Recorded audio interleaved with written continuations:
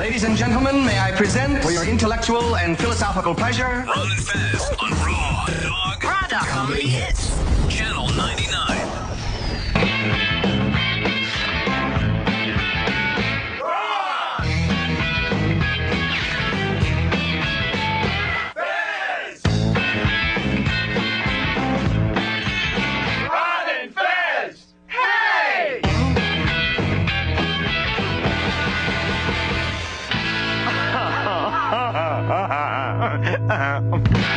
Okay, let's get down to it, boppers.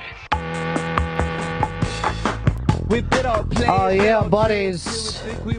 It's the Ron and Fez show. Live. 866-RON-0-FEZ. 866-RON-0-FEZ. Today, St. Patrick's Day, March 17th, 2015. Our first day back from our Christmas break.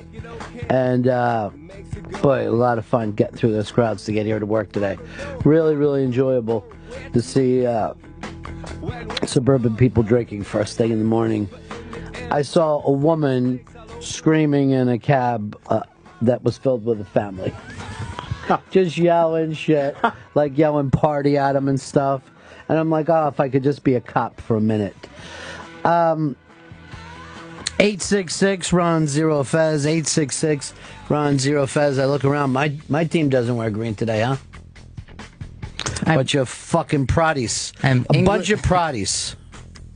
English and Polish. I see Puerto Ricans out there wearing green stuff today. It is the Ron and Fez show. Big Cat, Fez Whatley on deck today. On top of the world, you know, Fez, the last big documentary is over, and America is still thrilled with it, still excited about the crazy Bobby Durst. The next one is going to be Scientology. Clear. You grew up near the Scientology Center down there in Clearwater, Florida, right? Yeah, all of downtown Clearwater is now Scientology owned. Yeah, I think they bought my old club. Really? Really. How come you never joined? A guy like you, with all your problems, like today, you tell me how nervous you are. Yeah, I'm bad today. Now, you never run into a nervous Scientologist? That fucking Tom Cruise couldn't be more just confident, excited, positive. And he answers back. He's talking like he's talking with the other person. Sorry. That's okay. Anyway, that big thing is coming out soon. Now, there's a chance for us all, from the comfort of our own religion, to mock them. But here are some of the people. I think this was Business Insider went out and did the 21 most famous Church of Scientology members. Shelby, Danny Masterson, do you know who he is? Yeah, I'm aware of him. He's on the 70s show. I haven't watched it, but I know who he is. Does he seem like a crazy person or okay person? No, he seemed like one of the most normal guys on the show, but... Then you got Bijou Phillips. Bijou Phillips has done our show. She's adorable. Elizabeth Moss, she's done our show. Adorable. Juliette Lewis, amazing. So, first of all, right there's three incredibly sexy women that are Scientologists. Then we're into Greta Van Susteren. That's a whole different deal. That shocked me that she's on Fox News. I think that would be brought up constantly. Jenna Elfman has also done our show. Incredibly sexy and cool. Jason Lee has done our show. Cool. Beck has never done our show, but one of my favorite performers of all time. Yeah, I don't know. When you set that kind of stuff up, it just seems like really confident dudes and incredibly sexy people. They do try to, like, pair off a lot of the Scientology men and women, like, I don't know, Catholics and Jews have done that kind of pairing off. Dave, State College.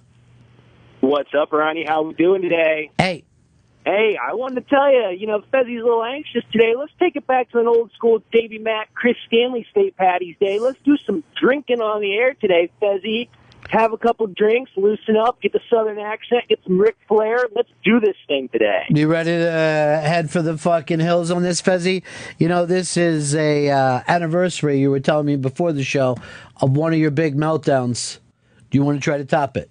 No, I don't drink anymore. And that meltdown years ago that happened on this very day is one of the reasons why I don't drink anymore.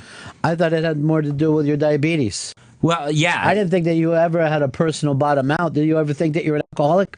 No, but I mean, what my point was with the diabetes is I get drunk so fast, and I was just smashed that day instantly. What's the difference whether you get drunk fast or slow if you don't have a problem? Because it's bad with the blood sugar. But one day. Bushmills or Tullamore Dew? Which one? If I had a choice, I would go with Bushmills, but I don't think I should drink. What's your problem with Tullamore Dew? I think I'm just more familiar with Bushmills. So it's more about familiarity. What was that cringe and duck? Because that was the stupidest thing ever to say. It's a fine thing to say. Today is a day of celebration. All right? Today is the day that St. Patrick chased the fucking snakes out of Ireland. This is your day. As an Irish Catholic, Fezia, big Notre Dame fan, today is your... Why are you upset? Why are you crying? I'm not going to make you drink. You know what you could do? Sit comfortably. No one's going to make you drink. Oh, no, I know that. You're not going to drink today because you're diabetes.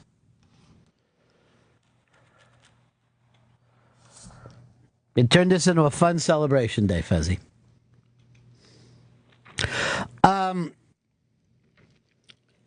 Here is Dan. Dan. Hey, Ronnie. Happy St. Patty's Day. What's up, Fez? Happy St. Patty's Day to you too, my friend.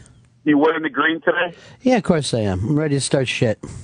I'll tell you what a shit show it was Saturday. I had to work. I'm a policeman. The St. Patrick's Day Festival, North Side Parade. What an absolute nightmare. Craziness. Yeah, I was reading, like even Wrigleyville got crazy, huh? You know what? It's just, it's the day where everyone thinks they're Irish, and, hence the shenanigans. See, the whole thing about the Irish is they're supposed to be able to handle their liquor, you know? You know, Ronnie, I'm 100% Irish, and I can't handle my liquor. That's why I don't drink, you know? Well, I'm not going to make you drink today. I wasn't going to make anybody drink. I was just having a little fun with Fez. How about some good Irish jokes? Just ripping on some the Irish today. All right. Thank you very much, Dan. Love you. Have a good one. Here's Eric. Eric, go ahead. Hey, we always mention all these famous Scientologists, but, in 35 years, I've never met a single Scientologist. Do poor people deal with this religion or no? Yeah, I mean, I guess, but who's going to bring up, regular people? I mean, I guess we could sit here and say, Daniel Adams. Well, sure, but I can't think of a single, I can think of an Episcopalian, a Lutheran. I mean, you've encountered all these people through your lives, but, to have never encountered I know they're not going to get any heat on a national radio show, but I've never even seen them. I've had them on my show in Florida before, talking about it. And like Fez said, they're down in Clearwater. They always seem to be good neighbors. They were never any trouble. For some reason they would dress like merchant marines or something. But, I grew up with nuns, so who could dress nuttier than that? I don't think I've ever been, other than in a show business situation, now that you bring it up, I've never run across a Scientologist. I knew a friend who rehabbed with them, and he said that at the end they asked him to join, and he said no thanks, and they didn't follow him home or bother him, but he claimed that he got completely clean thanks to Scientologists, and that's the only person that I knew personally who went and did any of the programs with them. But anyway, this is coming up. Alex Gibney is doing a documentary that's gotten a ton of heat.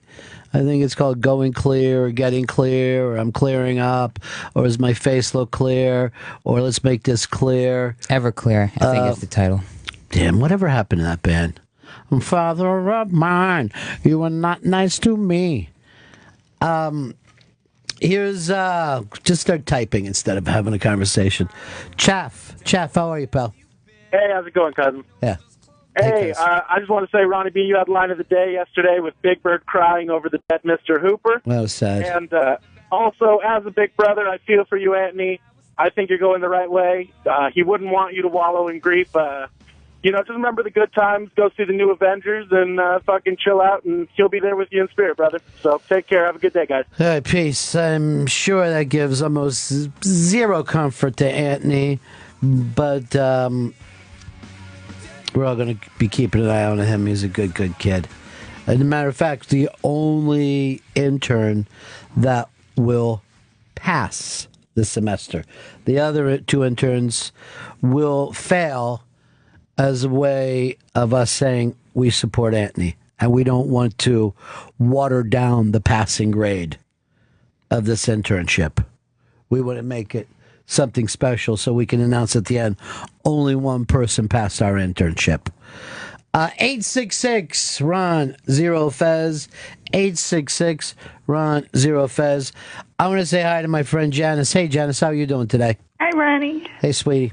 I love the idea that they got uke barrels set up for people who overdrink. They're all over the place. That'll be lovely. Yeah. I'm not even Irish, but they put green stripes in my hair when I got beautified the other day. They did, huh? Yes, how cool am I? Well... But Mike was a half Irish, so... Oh, he was half Irish. Yes, Irish and Italian. Well, that's, if you just had Polish, then you would be the Chicago trifecta.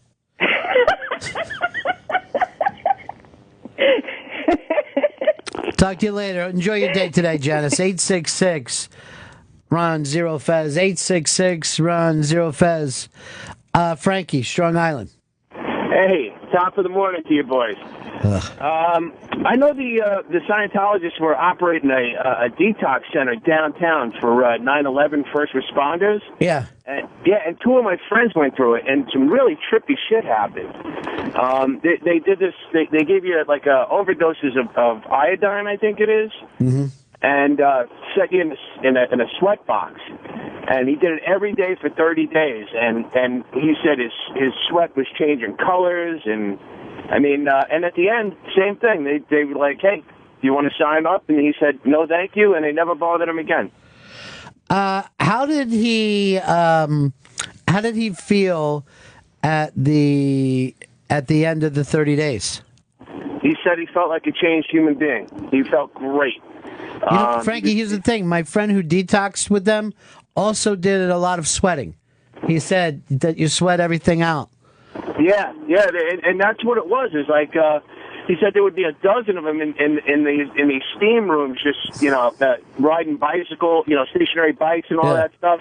And they would walk over and take like a clean white towel and wipe their faces off of it with it, and it would be stained orange or green, and they were saying that was the color of the toxins that were coming out.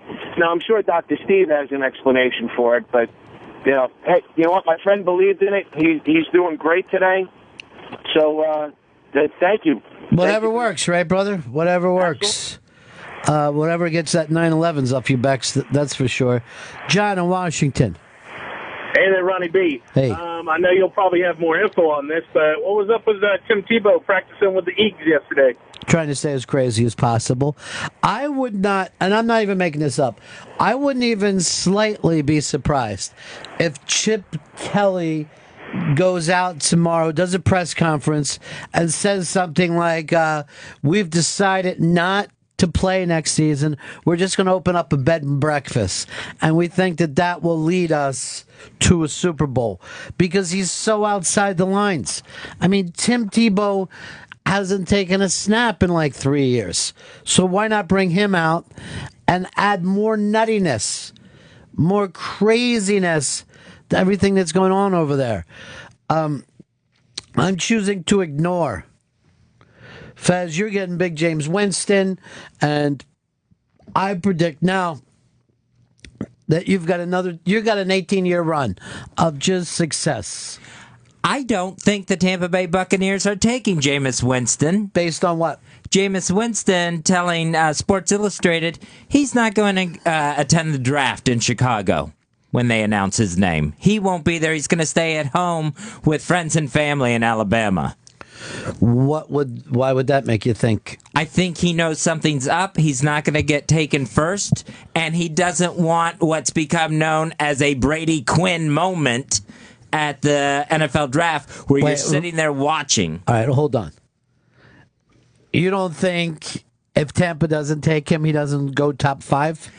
No, he'll go, but unless he's number 1 overall, I don't think he wants to sit there. That's not exactly and have it. That's not a Brady Quinn moment if you go 2nd, 3rd, or 4th. Brady Quinn did not come into this thing as a James Winston. Brady Quinn, nobody would even have talked about if he didn't play for that famous fucking school. I'm not saying it. Shelby, I see you waving your hand at me. I think Winston, he's so confident that he will be number 1 and have a great career that he's just going about his life as normal. It's not even, why even bother? I already know I'm going to get picked. Why do all the traveling? It's very, very strange. And I know it's like been the last 21 years that you show up and you put on the hat, but it couldn't be any less impressive. You know what I mean? You get your minute and a half, and that's it. You move on. You're flying all the way up there to Chicago instead of celebrating that moment with your family. And I'm sure there's a giant extended family there in Alabama. I'm kind of leaning a little more with Shelby with, like, how would you rather spend the day? Well, I would take the family with me to Chicago for this. Unless there's 40 of them. You know what I mean? Mm-hmm. We're not talking about, I'm going to take my brother, my sister, my parents. I'm talking about the extended family like he has at Thanksgiving or whatever. That may be the way that he wants to party with this. And then he can be at home with his family in a comfortable environment and not, I hug my mom and dad and all the Bucks fans in the rafters up there start booing me while I'm walking to the stage if they don't like the pick. Well, you're going to get some of that anyway because of the stuff that happened in his past. And then also that at least half the city are Gator fans. And then there's probably another 10% of like Miami or even now South Florida fans. So not this is saying we're taking the enemy that we've cheered against for 4 years. It's a weird situation down there. He's going to go into the NFL. He's going to dominate. And within a couple years, you're going to see him on the cover of Sports Illustrated with like a title that says like Bad Boy, ? And he'll just be owning the NFL. So your thing, Fez, is you don't like him, not even just as a person. You don't like him as a player. Yeah, I don't think he's the right answer for the Tampa Bay Buccaneers. Who would you pick if you were them? I had seen a thing over the weekend where they were thinking of a massive trade to get Drew Brees. I think they need a veteran quarterback brought in there. When has that ever worked out? How many quarterbacks have won a Super Bowl with 2 teams in history? None. Exactly. So you're never looking for, basically Drew Brees is getting into almost backup phase in terms of his age, not his talent, but where his age is. They went with Peyton to the Broncos, and then he just fucked his neck up more. Yeah, it just has never, and, you brought Peyton in when you had a franchise that was right there at the doorway, and he still didn't win the Super Bowl. Your team had 2 wins last year. That was it. Yeah, you're not going to... Why would Drew Brees even want to go into that situation? But I know that your thing is whatever the last thing that you read. But take that out and pretend that you were a guy who went by your own opinions at a radio show. What would you like to see the Buccaneers do? I would rather them get Mariota from Oregon. Have you watched him play? Just at the end of the year when I was watching football again. Have you watched Chucky with both of them? No. I have. He's in love with Winston. In love with.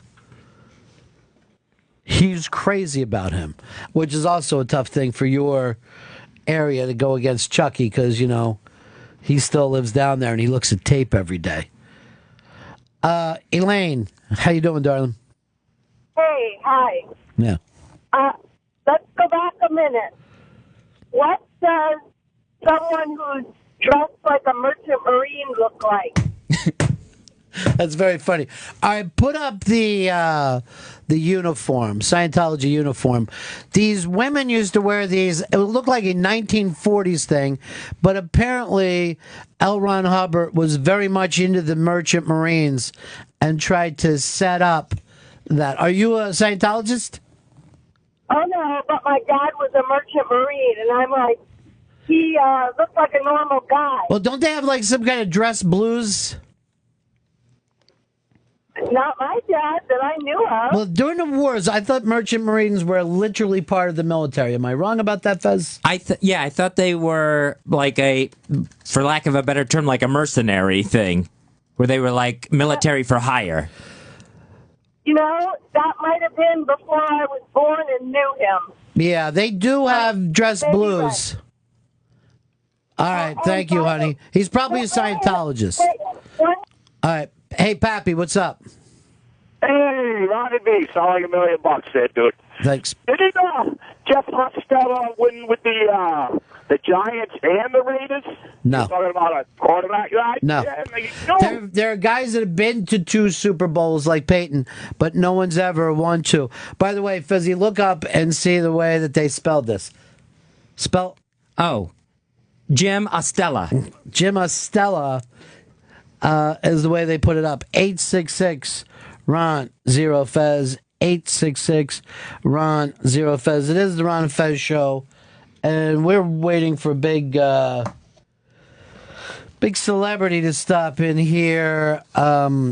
Rita Wilson is going to come by. You know her from all of her movies. She's also done a lot of Broadway plays. She's on Broadway right now with Larry David, Fish in the Dark. That's the big hot ticket in town. But she's recording music now as well and has a new song called Girls Night. Girls Night. So she'll be in here in just a little bit to talk about music and this Larry David play. Well, Fez, are you going to be bummed if James Winston gets drafted by your team? Yeah, because I think it's just going to be a bust. So what do you do instead? You go back and choose another team? You give up another year? What are you going to do? I'll just wait for the bust to happen and have a big I told you so ready for the Tampa Bay Buccaneers. Exciting radio. Fez Watley, ready with that I told you so. I guess 31 teams get to say I told you so. If you're a fan of anything. I've probably grown up with a family who yelled I told you so in the entire history of that franchise.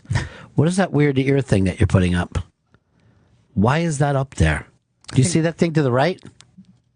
I think that's I think it's one of those like when the commercials where the little fungus gets in there, but for some reason he's like a person fungus and he sets up shop on your toenails. Wow, do you have any idea what he's talking about? I don't know what that when they have like the fungus that gets under your feet, like your toenails, and then they have to scoop it out with whatever medicine. But for some reason they make them cartoon fungus. Do you realize that you're on the radio right now with this fucking crazy ramble? But it's like a person fungus, and it's a person. Oh, he's nuts. Well, you know what? It's St. Patty's Day. Let's enjoy ourselves today. Let's make a day out of it. Big story today. Over 2 different people had to be restrained on flights, screaming shit, going crazy. One dude was just, I think, smoking, enjoying a fucking cigarette for himself. And then another woman was arrested yelling about Venezuela. We need way more options for flying, other than like we have Uber. Flying saucers? That could be one of them. Wait, are you thinking Uber planes? Well, we have like Uber, we have cab. You can drive your own car. There's so many different, like a bus, but there's only one option for flying. There needs to be helicopters. More. I mean, spaceships. for planes, there should be the one we have now. And then another one just for smokers, which I'm thinking we do like they. You can do that if you have a private plane. But for like everybody, just for like regular people. But you're probably not going to find a whole plane full of people that's going to fly to like Wichita that all want to smoke. So it'll probably be just like cities like L.A., New York, Chicago. You could roll that out, and then I like another wild card option where you can just jump out of the plane and skydive when you're like near your destination. They'll just give you like a 5-minute warning. Well, we have people skydive out of planes. We have prop planes. We have jets. We have helicopters. There's the Spruce Goose that Fez was one of the few people ever to ride in back in the... Was that early 50s, Fez? Late 40s? Yeah, we didn't think it was going to get off the ground. It was very tricky that day. Terry in Missouri. Hey, Ron. Hey, Fez. Yeah. Hey, what about Kurt Warner? Didn't he win 2 Super Bowls, Rams and Cardinals? Yeah, the Cardinals won the fucking Super Bowl, dude. Yeah, well, he was also the quarterback for the Rams when they won. Dude, I'm fucking trying to... I said that sarcastically. How could you live in this country and not know that the Cardinals have never won the Super Bowl? All right, whatever. What do you mean, whatever? It's the biggest fucking prize in that thing. That's like me just going off. Heavyweight champions. Ali, Tyson, Fez. Well, you said it, so it must be true. Whatever. If he, maybe he did win, maybe he didn't. Who's to say? It's not whatever to either the people of Arizona or Pittsburgh. The people of Arizona, it was a crushing day for them. You know how bad they wanted that Super Bowl? And yeah, we've said before, guys have been to 2 Super Bowls. No one's ever won 2. The second someone wins as a quarterback with 2 different teams, Mount Rushmore, that fucking day. Who are the 4 on Mount Rushmore, Fez? Washington, Jefferson, Roosevelt, and Lincoln. We take Lincoln off. Or we just try to get Lincoln to look like Kurt Warner as much as we can.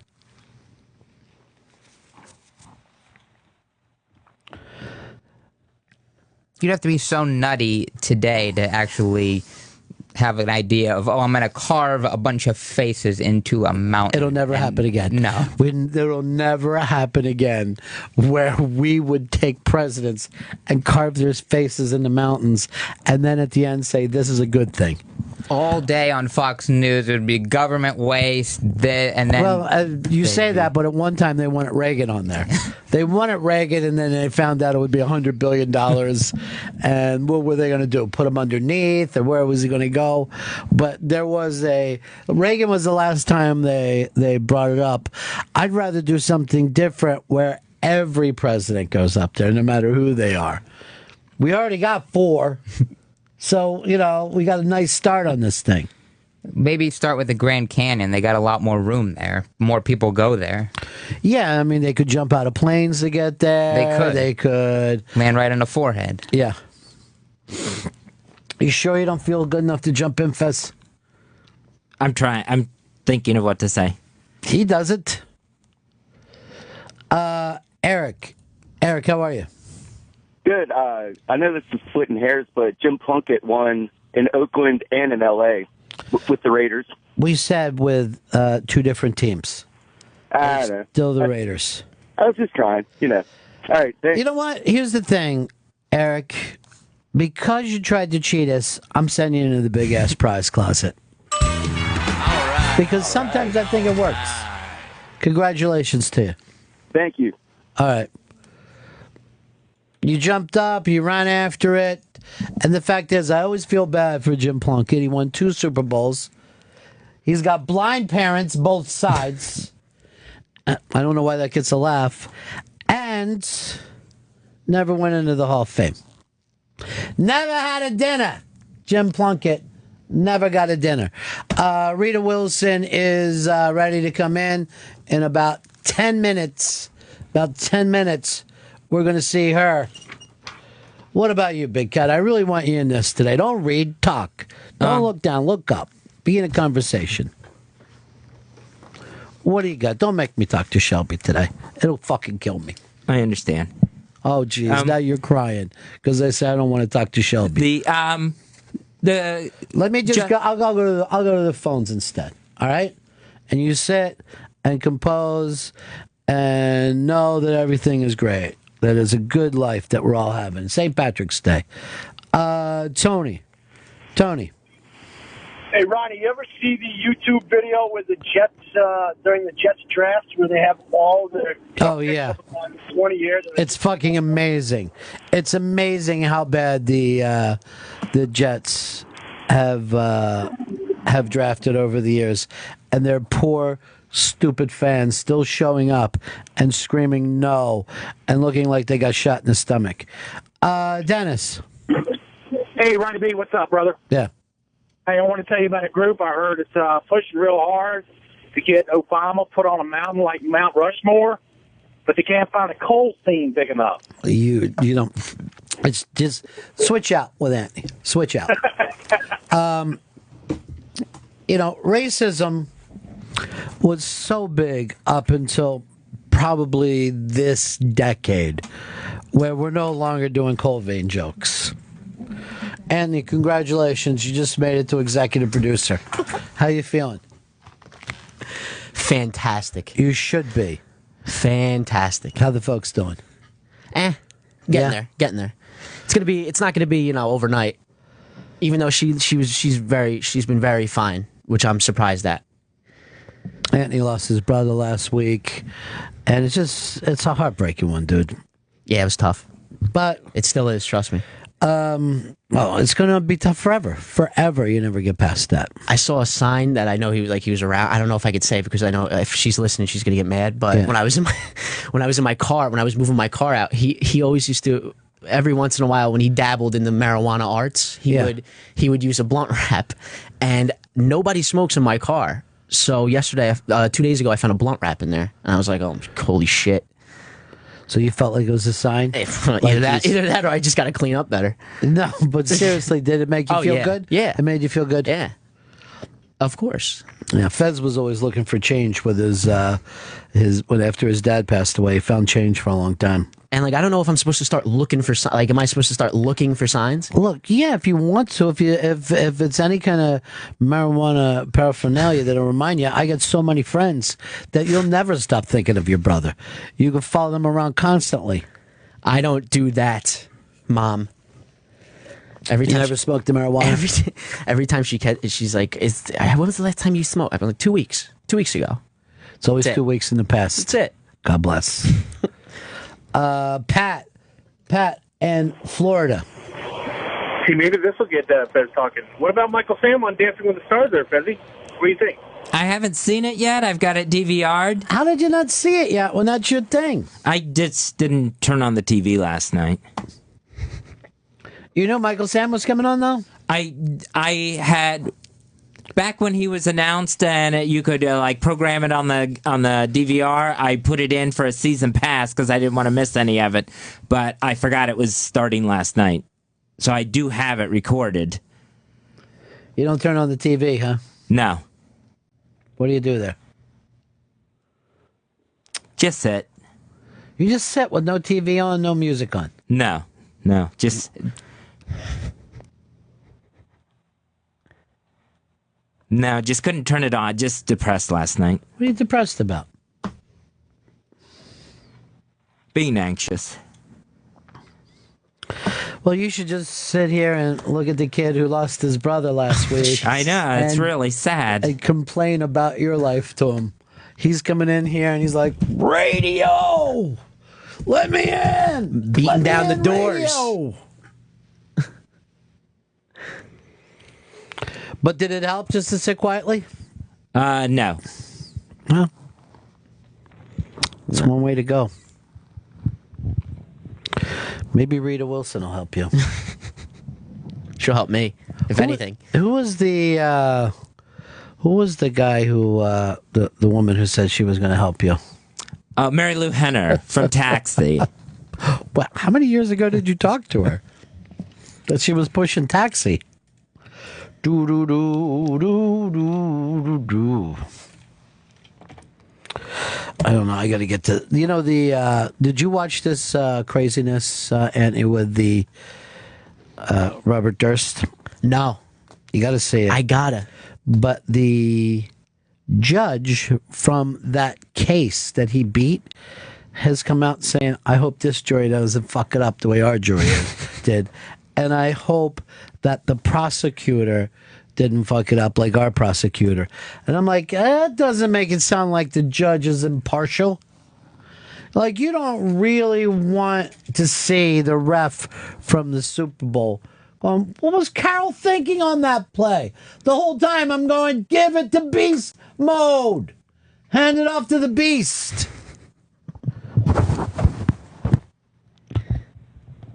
So who knows what's going to happen with that? I kind of feel like he's going to beat it again. Probably. I don't think that he's going to lose. Is the only thing they have on him the bathroom thing? Well, they got the bathroom thing and they got some handwriting analysis. Is that it? All right, we got Rita Wilson coming in. This is her new song, Girls Night. Girls Night. It's available on iTunes and Amazon.com. And she's in Larry Davis, Fish in the Dark. Let's welcome Rita Wilson. Rita Wilson is in with us. That video just dropped today. It's Girls Night. It's available for purchase online, iTunes, Amazon.com, and at RitaWilson.com. Rita, how are you? I'm good. Thank you for having me today. How cool for you to have a video. Oh, no, it's totally fun. And it was inspired because obviously the song is called Girls Night In. I love my girlfriends so much, and we do a lot of girls' nights in because it's just so much more fun. You can be in your sweats and your t-shirts, and you don't have to worry about anybody looking at you or listening to what you're going to say or what you look like. Or DUIs. Yeah, well, exactly. Hopefully it doesn't get that nuts. But yeah, I just think there's something great about being with your girlfriends and not and having no judgments, just have it be a safe, fun zone. Well, you did the other album where you did cover songs, but this is the deeper end of the pool now.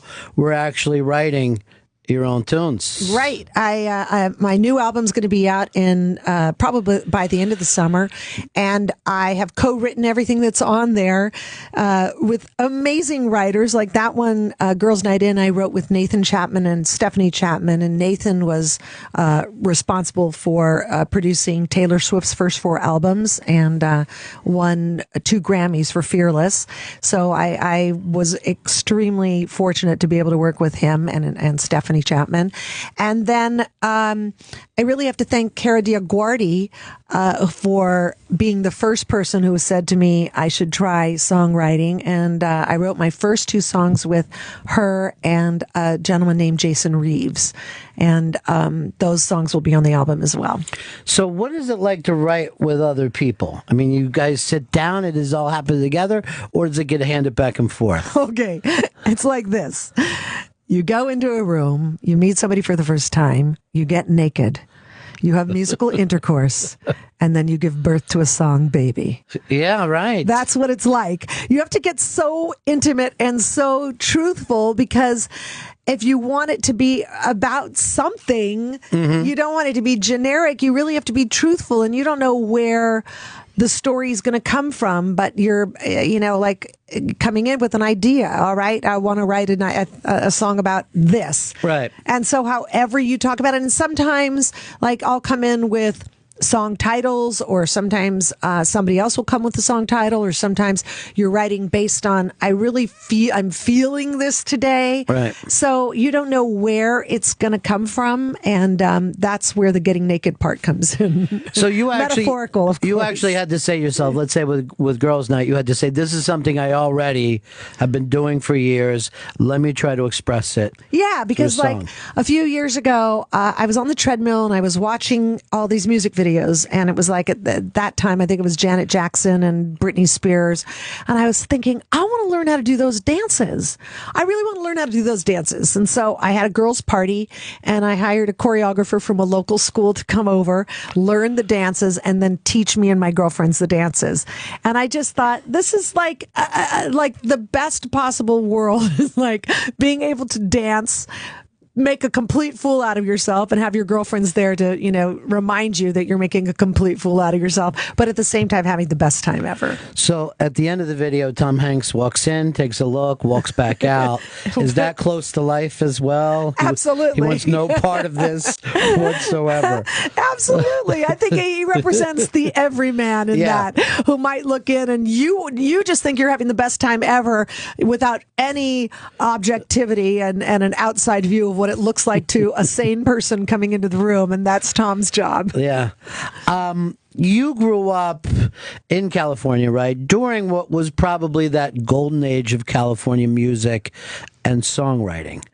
That period, I think, has stuck with a lot of us throughout the years. Completely. And I think part of it is that I've spoken about this before, but we had AM radio and we were in cars, and we had our transistor radios with us at all times. And AM radio had so many different genres of music that were playing at any given time just on one channel. Sure. So if you had your favorite radio station, you could hear somebody like Johnny Cash and the Beatles, or the Supremes and Bobby Gentry, or Glenn Campbell and, or Dolly Parton. It's really true that you could go from the Reverend Al into Deep Purple without anyone going, what the hell's going on here? That's right. Yeah. And exactly. And there wasn't anything unusual about it, and it wasn't segmented into these sort of genres that we have separate channels for now. So I think that exposed me to a lot of really great music and great songwriting. I'm always super attracted to songs that tell stories, and I really love a good hook. Well, that was the beginning of the singer-songwriter, post Bob Dylan. Exactly. Before that, the songwriters would go to some place, hand the songs over, the singers would sing it, the producer would produce it.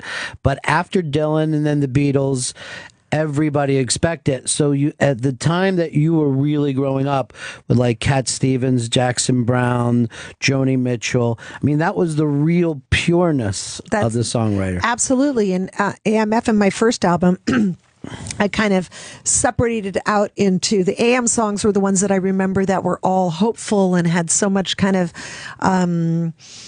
hope for the future and romance. And then the FM songs were when the singer-songwriters started writing about their own personal experiences, and they had heartbreak, and it wasn't all so fuzzy and warm and sunny all the time. It was a lot more complicated. It's funny when you listen even to like the first couple Springsteen albums, it was closer to that singer-songwriter thing than the Big E Street Band sound that he did later. Right. That's so true. Yeah, everybody was expected at that point on to just break a heart, just put some song out there. Oh yeah.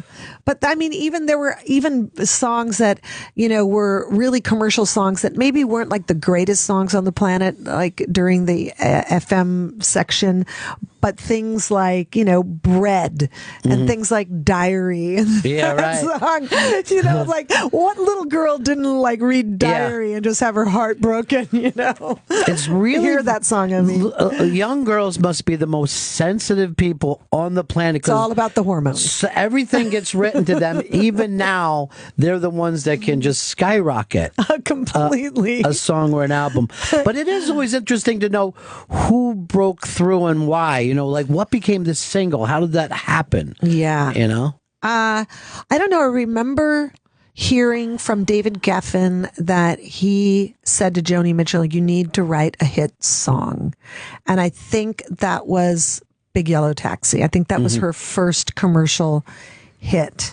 And I don't know why that was such an important thing. I guess everybody wants a hit song, but to me, Joni Mitchell would have been fine without that song. But it just showed that she could do that too. Right.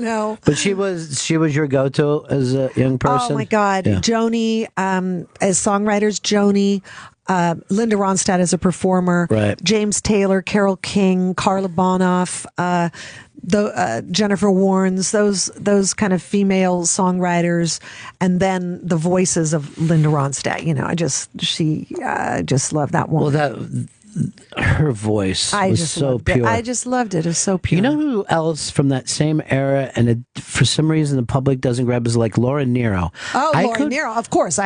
She's on my list, obviously. I could yes. put that album, any of those albums on today, and I feel like I'm hearing them for the first time. Yeah. And I'm like, sometimes I'll listen walking around New York, and I'm like, this is where she was doing this stuff. And Laura Nero's stuff was so complex also. It wasn't like your typical stuff. She had such an amazing musical talent as a composer that, you know, it just, she went unexpected places, as did Joni. And was also like a white-black girl. You know what I mean? Like, that was the beginning of that type of thing where people were like, well, we're looking to cross over in that direction. Right, you right. know? And that's why I think, bands like The Fifth Dimension covered her. Right. Because it lent itself to that. It's always, I don't know whether, I think it was in the last Vanity Fair, Lisa Robinson wrote about the whole Canyon thing and what was happening. Oh, loved that. Wasn't that great? Yeah, she came in and was talking about it. And she was one of those people that wasn't even into it at the time and then went back and researched it. But it's amazing how many great songwriters. Oh, when I was in high school and I had a 1971 Datsun 2000 Roadster, and it was silver when I bought it, but I immediately painted it red by Earl Scheib for $99.99. And I would cruise up and down Laurel Canyon because I knew everybody who I loved and admired was up there. Joni was up there. Crosby, Stills and Nash were up there. James Taylor was up there. Linda Ronstadt was up there. John David Souther, Jackson Brown, the Eagles, Don Henley, and Glenn Frey. They were all up there. It was sort of like camp for songwriters. Like, how do you get to go to that camp? And I just hoped that I would, run into them. Literally, it would be great to have crashed into them. Jackson Brown lived near me, and in junior high, my school bus stopped right by his street. And I remember when I got my car, I did some drive-bys. Some drive-bys. And now I've been able, Jackson performed on AM/FM. He did harmonies on Good Time Charlie. That's insane. We've sung together since then a few times, and it's been pretty great. Talk about a songwriter. If you go back and listen to that song These Days, right? He wrote that when he was 16. Mm-hmm. That song should be written by a 50-year-old man minimum. Right. And you're like, what is it about? How did this kid know? I don't know. That is a good question. How were they so deep back then? And, and like, you could still listen. You're like, this young person has some knowledge from me. You know, like, even to this day, I'll go back to listen to certain songs. And I'm like, okay, it's one thing that killed me when I was 15, but it hasn't left in all these years. That's right. I don't know. It'd be so interesting to get all those guys together and have them talk about it. Like even Desperado, that song. That's a pretty amazing song too. Yeah. Well, you brought up J.D. Souther, and that's a guy that... Love him. It's just insane. I love that guy. Yeah. I love that guy. And he finally, a few years ago, he was always reticent to do an album of all of his hits that were hits for other people. Yeah. But he finally did it. The same producer that produced AM/FM did JD's album, a guy called Fred Mullen. And he performs all of his hits, but in his voice. And it's unbelievable and so beautiful. And you kind of go, thank you. I really wanted to hear that. I always love to hear when the songwriter goes like, if you listen to like Chris Christopherson, do it just as simple as the day that he wrote it. That's same always, with Willie Nelson too. Yeah. Willie's known so much as a performer now, but he was a songwriter for like a decade. Yeah. Or like a decade and a half before he started to have his own hits. That's right. But you love this music. You were crazy about it. You lived there, and yet you never got close to it until years later. I think I was just really, there were two things. I don't think I ever thought I could do it because I didn't play a musical instrument. I didn't have a band. I didn't know how to make it happen. And as the closest I got was working at the Universal Amphitheater as a ticket taker and watching all of them come by and perform, right? And and I think it's just. Doing Chicago the musical really changed it for me because I thought I cannot not have music in my life, and we produced Mamma Mia the musical, and it was just being around all that great music, and I just thought, all right, I've just got to shift focus here a little bit and have this in my life in a bigger way, and that's how it because the mood together. Change of it, right? I mean, if you're singing like that on stage every day, you physically change. You know? Have nailed it. I've said if you are doing a musical, it is impossible to be in a bad mood because all you're doing is singing and dancing. Your endorphins are all over the place. Right. It's just fun. Yeah. And I always think even the drinking and drugs that people do, it's because of trying to keep that going or trying to figure out how it's a party. But it's really the mood changing comes from the music itself, you know? Completely. Yeah. And, when you were talking about working in that time where there would be big shows all the time, there's amazing things that take place when a crowd of people is surrounded the music. It changes for the musicians. It changes in the room. 100%. And it's metaphysical. No one, I wouldn't even try to guess what it is. I wouldn't either, but I know it happens because I've experienced it. I have too. If you're in a bad mood, really, find something that you love to listen to that always puts you in a good mood, and you will be in a good mood. Right. Completely. That's the thing, too, when you brought up, hearing a lot of that music in cars first, right? You're just it's like sense memory. Yeah, you're just moving along, and there'll be songs from that era that maybe I haven't heard from years, but if it picks up, I could sing every word of that. Every single word, yeah. And it's like it never left. It's like imprinted. It's embedded. Right. And that's that other thing, that if you have these experiences, particularly when you're young, you carry them throughout your life. So that's why we're all, I think, somewhat of a time and place. Yeah. But I wish people would be as open as you were in those teen years. You know what I mean? Like, there's still so much great music. There's still so much great music. But I love pop music, and I listen to pop music all the time. And there's some really, really good stuff out there. And I mean, look what Taylor Swift is doing now with, her pop album, and Katy Perry's got great stuff, and Kelly Clarkson, Bruno Mars. Oh my gosh, I love him. There's just so many great artists out there, and you can search out the singer-songwriters too. Yeah. Definitely, they're out there, and I want to hear what those people are doing. Yeah, you do have to do the search work. Yeah, but at the same time, the weirdness about pop music, I think, is we need that song that everybody hears that takes them back to a certain summer or a certain date. It doesn't even have to be your favorite song, but just for everyone to have that touchstone. Yeah, together. Exactly. You still go out to shows now? All the time. Yeah? Yeah, all the time. I mean, I can't now because I'm doing the play, but definitely I'm constantly seeing stuff. Yeah, and we didn't even bring up that you're in the biggest hit play in New York right now that everybody's talking about. I'm in a play called A Fish in the Dark, written by Larry David and starring Larry David, and I play his wife, and we're having a great time over at the Court Theater on Broadway. And if you could even get tickets still, right? I don't know. Good luck. Yeah. I mean, I think it's sold out or pretty much sold out. And there are tickets left, but I think you have to go there the morning of or way in advance, buy them online or something. Yeah, it became very, very quickly that it show, which has got to be so much fun for you. Yeah, it's a blast. But does that add to the stress when you can look out and know that the people are right there? Because if you do TV or movies, everyone is going to, see it.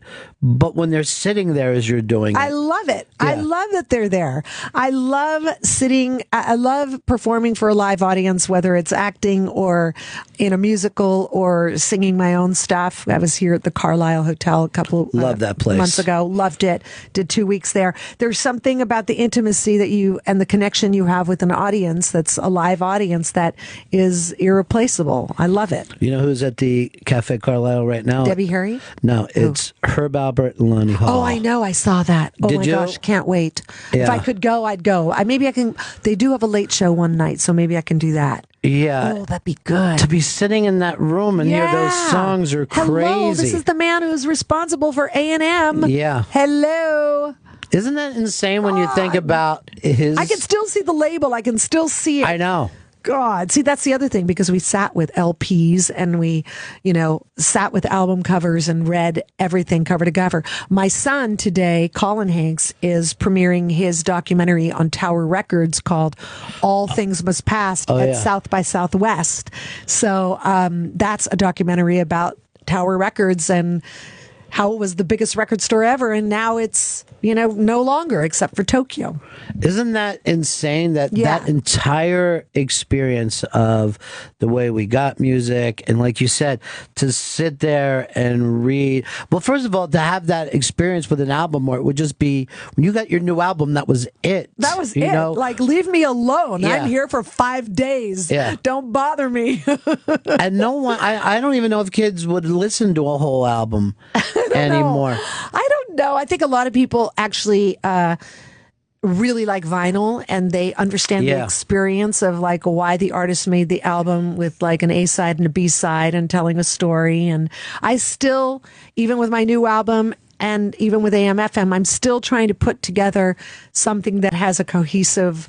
You want that sequence? Yeah, I want the sequence. I really do. And whether people buy it like that or not, or they're just doing tracks, I don't care. It's just Have for you me. ever gone out and watched an artist where they'll do the whole album live, and it's really interesting? Who did I just hear about? Just did that on tour somewhere. I was like, oh, well, Bruce Springsteen does that. He does? Yeah. The whole thing? And but somebody else I just read did that. It's I've seen so Steely cool. Dan do it. Yeah, it's a great idea. Sometimes the flow live is not the same way it is on the album. Really? You know how like you expect a live show to kind of build and ebb and flow?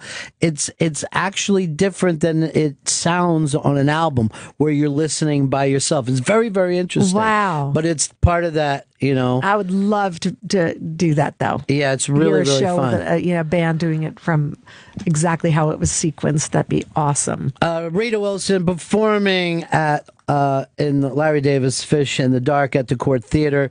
Good luck trying to get any tickets to that, though, because I say hottest show in town. Now, Girls Night is available to purchase online. Girls Night In. Girls Night In on iTunes and Amazon.com, and go to RitaWilson.com.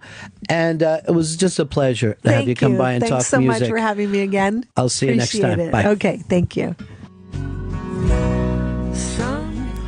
That was Rita Wilson singing with Jackson Brown. Rita and Tom Hanks came out to that Springsteen show that we did up in Harlem at the Apollo Theater. And they're giant Springsteen fans. And they were just losing it. She's really, really a sweet person. And, she's doing a Broadway play. She's putting out music. She's singing there with Jackson Brown. Some people break through.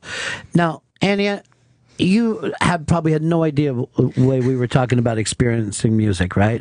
Because you've only lived in like a downloaded world. No. Well, yeah, but I know music. Come on. But I mean to sit and just have the album and stay with that album for weeks. We were talking about that before. I think I've done that once. And she listens to albums all the time, she told me. I remember when you actually had cassette players too. So you go back. You're an intern, but you're not the young wet behind the ear. Young wet behind the ears intern. By the way, what is in your nose right now? There's it's a piercing. I got my septum pierced because it's 1992. Is that why you got that done? No, because I had a wild weekend. So you didn't even want to get it pierced? No, you didn't set out to get I always liked it. I always wanted it. And then after one too many drinks, I did it. I had no fear, so now you're stuck with it. I mean, I could take it out, but I don't want to waste my $45. All right, so why waste it? Why not just keep that bolt in your nose? Keep it, and then I can eventually hide it, if anything. Right now it's too small, so I can't really fit it up there. What music do you listen to at your house? Well, I listen to... You're hip-hop, right? Yeah, I listen to hip-hop. I listen to old school hip-hop, so I listen to Nas and I Am. Why are you laughing at it? She's terrifying. I told you. Why are you afraid of her? Why are you afraid of her? Because watch, it'll come. The queens will come out. Eventually, it comes out. I try to conceal it. I don't want her to conceal it. What are you doing? I was gonna show you. I was gonna tell you the albums that I listened to. You don't have to look that up, please. I don't want. I would love just to talk to someone who wasn't typing. Okay, I got you. Normally, when I ask people questions, they go like this. Let me get to that. And I'm like, what are you doing? That's not a conversation. What do you listen to, Anthony? I mix. I do a lot of old school, like the Doors, the Beatles, all that. I go Ray Charles, the Temptations, because that's who my parents used to listen to on the way down the shore. I don't listen to anything new, ever. It sucks. Music nowadays. It sucks. You know what? If you listen to the outlaw country stations that we have here, there's some really good songwriters. There's really good music, but it's weird when I hear people say, I listen to music that is, 50 years old. Because I never would have done. Like, people bitch about kids today, but they have they're expected to have a lot more musical knowledge than I did. You're expected to know decades of music if you're 20 years old these days. That's true. It's so true. Sometimes you mention artists, like I never listened to Led Zeppelin. Unfortunately, I'm so sorry. I know you don't it's have such a to disgrace. But I've never listened to them, but I've heard of the band, So you've heard the samples. Yeah. You've heard the samples. That people are stealing. Yeah, more or less. And so, I feel embarrassed when people start talking about these artists that I have no idea about. I'm like, oh man, I have no idea what they're talking about. So you actually feel embarrassed when you don't know music? Yeah, when I don't know certain artists, especially if they were like really, really big or they set like the tone for everybody else to follow after. But see, that's the thing. Like, if I was young, I didn't have to know who Harry James was. You know what I mean? Because that was my dad's music. I'd be like, oh, that sucks. But you guys feel like, oh, I do need to know who Buddy Holly is. I do need to know who the Doors are. Then I have to know the 70s. I got to know Pink Floyd. It suddenly becomes like homework. No wonder you're not writing your own music. You're too exhausted. That's true. What was the one album that you said you sat down with and just listened to that album over and over? The Best of the Doors. Isn't it sad? I bet you have a lot of best of albums, don't you? Just best ofs. Not as much as you did. Well, I have a CD player, but I don't have any CDs. I just listen to the radio. I have like a 2004 Jeep Liberty. So, do you listen to FM radio at home? Yeah. What do you listen to? Q1043. But the problem with that, they're going to play you the same 100 songs over and over again. Like every time I ever turn that station on, out here in the fields, I'm like, again? Yes. Who's deeper than that? And Fez, you listen to no music, huh? Absolutely none. And then you don't watch TV or movies, and you said you just sat in a room last night. Yeah, and it's not like purposely, like I'm going to just not turn on the TV tonight. It's no sort of decision. It's just that hours will go by and I realize I haven't turned it on at all. But you're just sitting in a chair? Yeah, sometimes on the computer, or sometimes just sitting in silence. Like putty. Just waiting for it. Yeah. You must be on the phone all night with your sister, I bet. That's what you're really doing.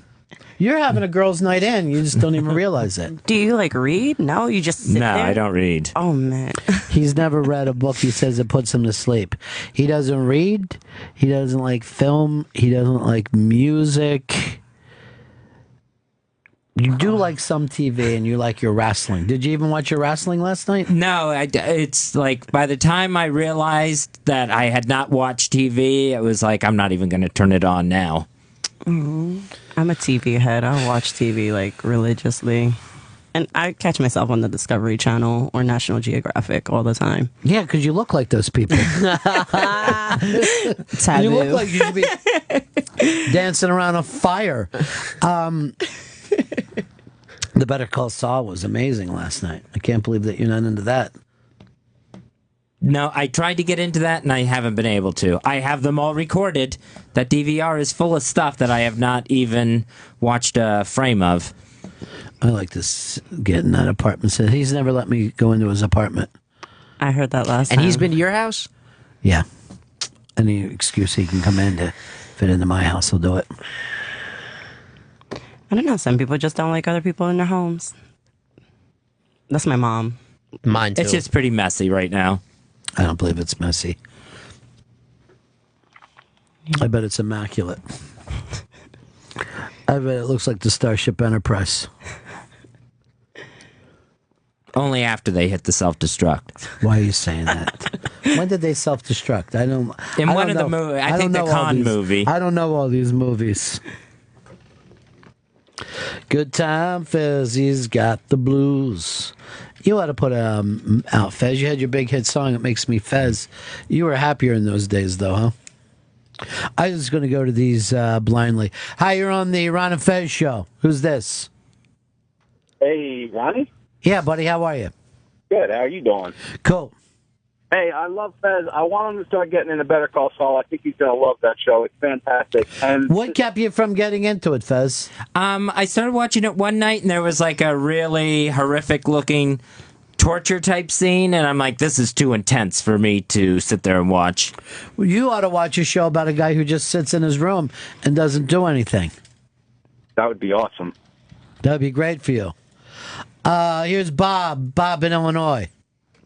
Yeah, the reason Fez will let you in the house, Ron, because he's got it set up like a shrine to you, like a serial killer. Fez, are you going to kill me one day?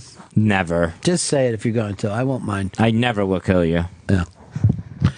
Just make sure the last thing that you say to me was you always knew this was going to happen.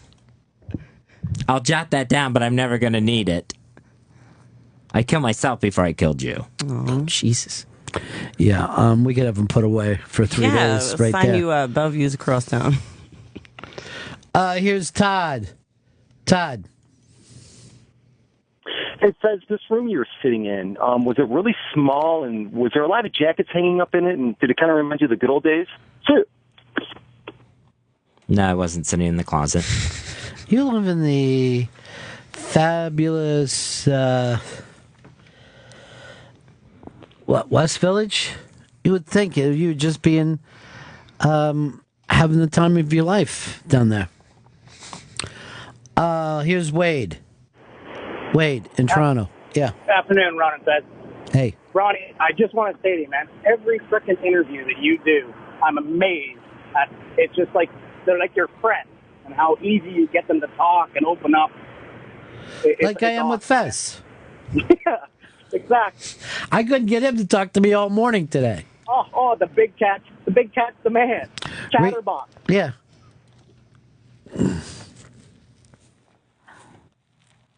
What would you say we have in common, Fez?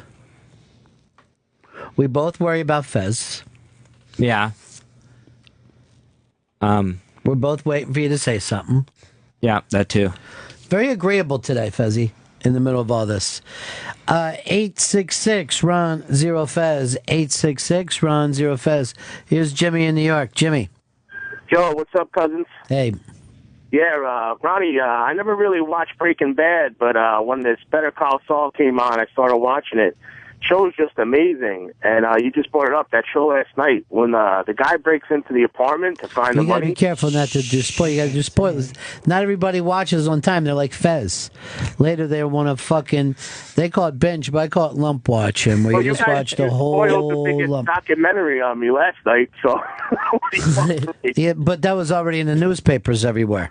All right, sorry. But anyway, just to say, And by the way, that was also a rockumentary. Good time, Charlie's got the blues.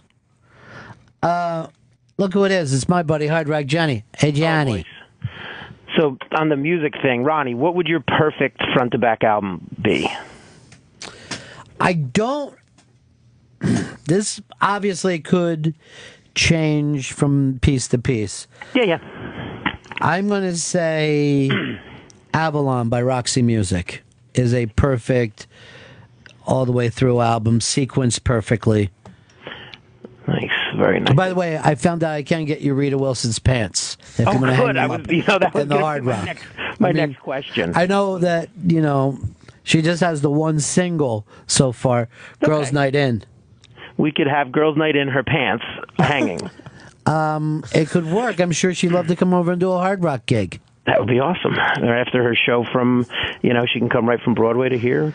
I think the Broadway people brought her over here, and it took 22 minutes before we brought up the fact that she's in a play. But you can't get tickets to that. Yeah, there's no need to really advertise it. So. You really can't. You can't get tickets at that show. It's right across the street here, and on the sign they bring up the Interrobang. So, boom. Yeah, nice. It's real awesome. I keep staring at your nose ring. Sorry. But what is that called when you have a nose ring? It's called a septum. You need a bigger bolt because I can barely see it. Yeah, the point, it's the healing process. I don't want to go too big. It just looks like you've got something hanging from your nose right now. You can't tell. That's in the cave.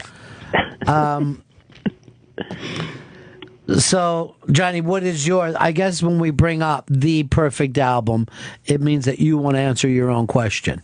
No, not really. No, it was an interesting talk. The other day, my nephew's 23, and the other day he just totally shocked me. He says I think it's Saturday, him and a bunch of his buddies just go out, they get some beers, and they listen to one album front to back because they're trying to find out what, in their estimation, would be a great album. So they asked me for some suggestions, and I gave them a few things that I really personally like. But what do you like? I honestly, and it kind of comes from the time that I was around. I really love to listen to a Pearl Jam, the first album. Front to back, I think, is a great. Is that listen. 10 or the other one? 10. Yeah, no, I think. Yeah, it is. Pearl Jam is one of those. Let's say after their second album, they really didn't need to do anything else. And if you go to see them now, people sit until they hear those songs and then they go fucking crazy. I don't disagree. I'm one of those guys. Yeah. I also told them in another kind of genre too is I loved Beastie Boys' Paul Boutique album. Beautiful album. Another great. It's got some great samples in it, some great non-musical pieces in there. They're just kind of weird and good. It's kind of when they started into that whole jazz fusion thing that they did, which was pretty cool. And those were two of my favorites. And I have to disqualify it, but one of my favorite, it's a compilation, is the Bob Marley Legend album. That is cheating, but it is. We could do what is the greatest hits album of all time. I don't have a problem with that, or the best of album of all time. But yeah, I know exactly what you're talking about with that album too, because there are times that thing is a party saver. If you're really in trouble throwing a party, you got to throw that in, and it could possibly kick in. If you got people sitting around on that album, you're like, I don't understand it. We could also do what is the greatest live album of all time. Oh, Kiss Alive, but I'm not going. Please, you got to stop. Kidding. I was kidding. You're all grown up now. You're all grown up. That was a joke. I don't know what would be the best. I mean, Frampton Comes Alive. Yeah, Frampton Comes Alive. I mean, there's a lot of weak spots in that album. Because that's a four-sider, right? Yeah, I would have to go back to Allman Brothers Live or something like that. I would the Live at the Fillmore. Yeah, that's a damn good one. Here, Tim in Maine. Tim, what do you got, buddy? I heard the best album, back to front, would be Clarksville Dash Young. But that's a which one? 4-Way Street. That's a live album. Yeah, it is a live album. It's great. Yeah, but that's not like a person has sat down and put out an album. Just so you understand, it's like you could say Hotel California is an album, but the greatest hits album that would not count into the greatest album of all time. Neither would the live album. Like Dark Side of the Moon is what we're talking here, where you're like, oh, I don't think you're going to change anything in Dark Side of the Moon. Even you, Johnny. No. How could you? Scott, go ahead. Just Bangton? No, it's Ron and Fez. Okay. Hey, I think Woodstock is probably my favorite live album of all time. I can listen to that over and over and over. I think the sound is kind of bad on that, and there are a lot of weak spots in that album. And that's a compilation album, which I think is even different than what we're talking about. Johnny, it's hard to get people to understand your first premise. Yeah, it's you tough. want the perfect album. Yeah, I mean, just an album, not a compilation. And I know I threw in Legend, and then we get into the live. You fucked it up. I know. You brought up Legends and Kiss Alive and never really made the point that you were trying to make. Kiss Alive was not. It was a joke. That was for Eddie Trunk if he was listening. That's all. Eddie Trunk would rather hear two garbage trucks backing into each other than anything that I was playing.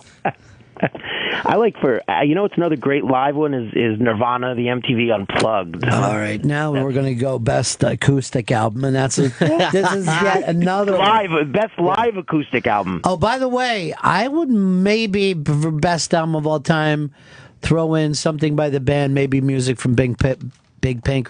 So let's all stop typing. There's so much going on. It's fucking driving me crazy. It's just this is all I hear, Johnny. And I got it coming from every angle, and I don't know whether I can live anymore like this. I might go out of my mind. Here's Matt. Matt, go ahead. Yeah, best album front to back, I think, is Jane's Addiction, Nothing Shocking. Jane's Addiction. Pretty good. Should have been one of those bands that people talk about more. But there's something... I guess unless you either love them or hate them. A lot of people hate. Ryan. Yeah. Yeah. We're all familiar with the one-hit song. Thanks. Ryan in Houston, go ahead.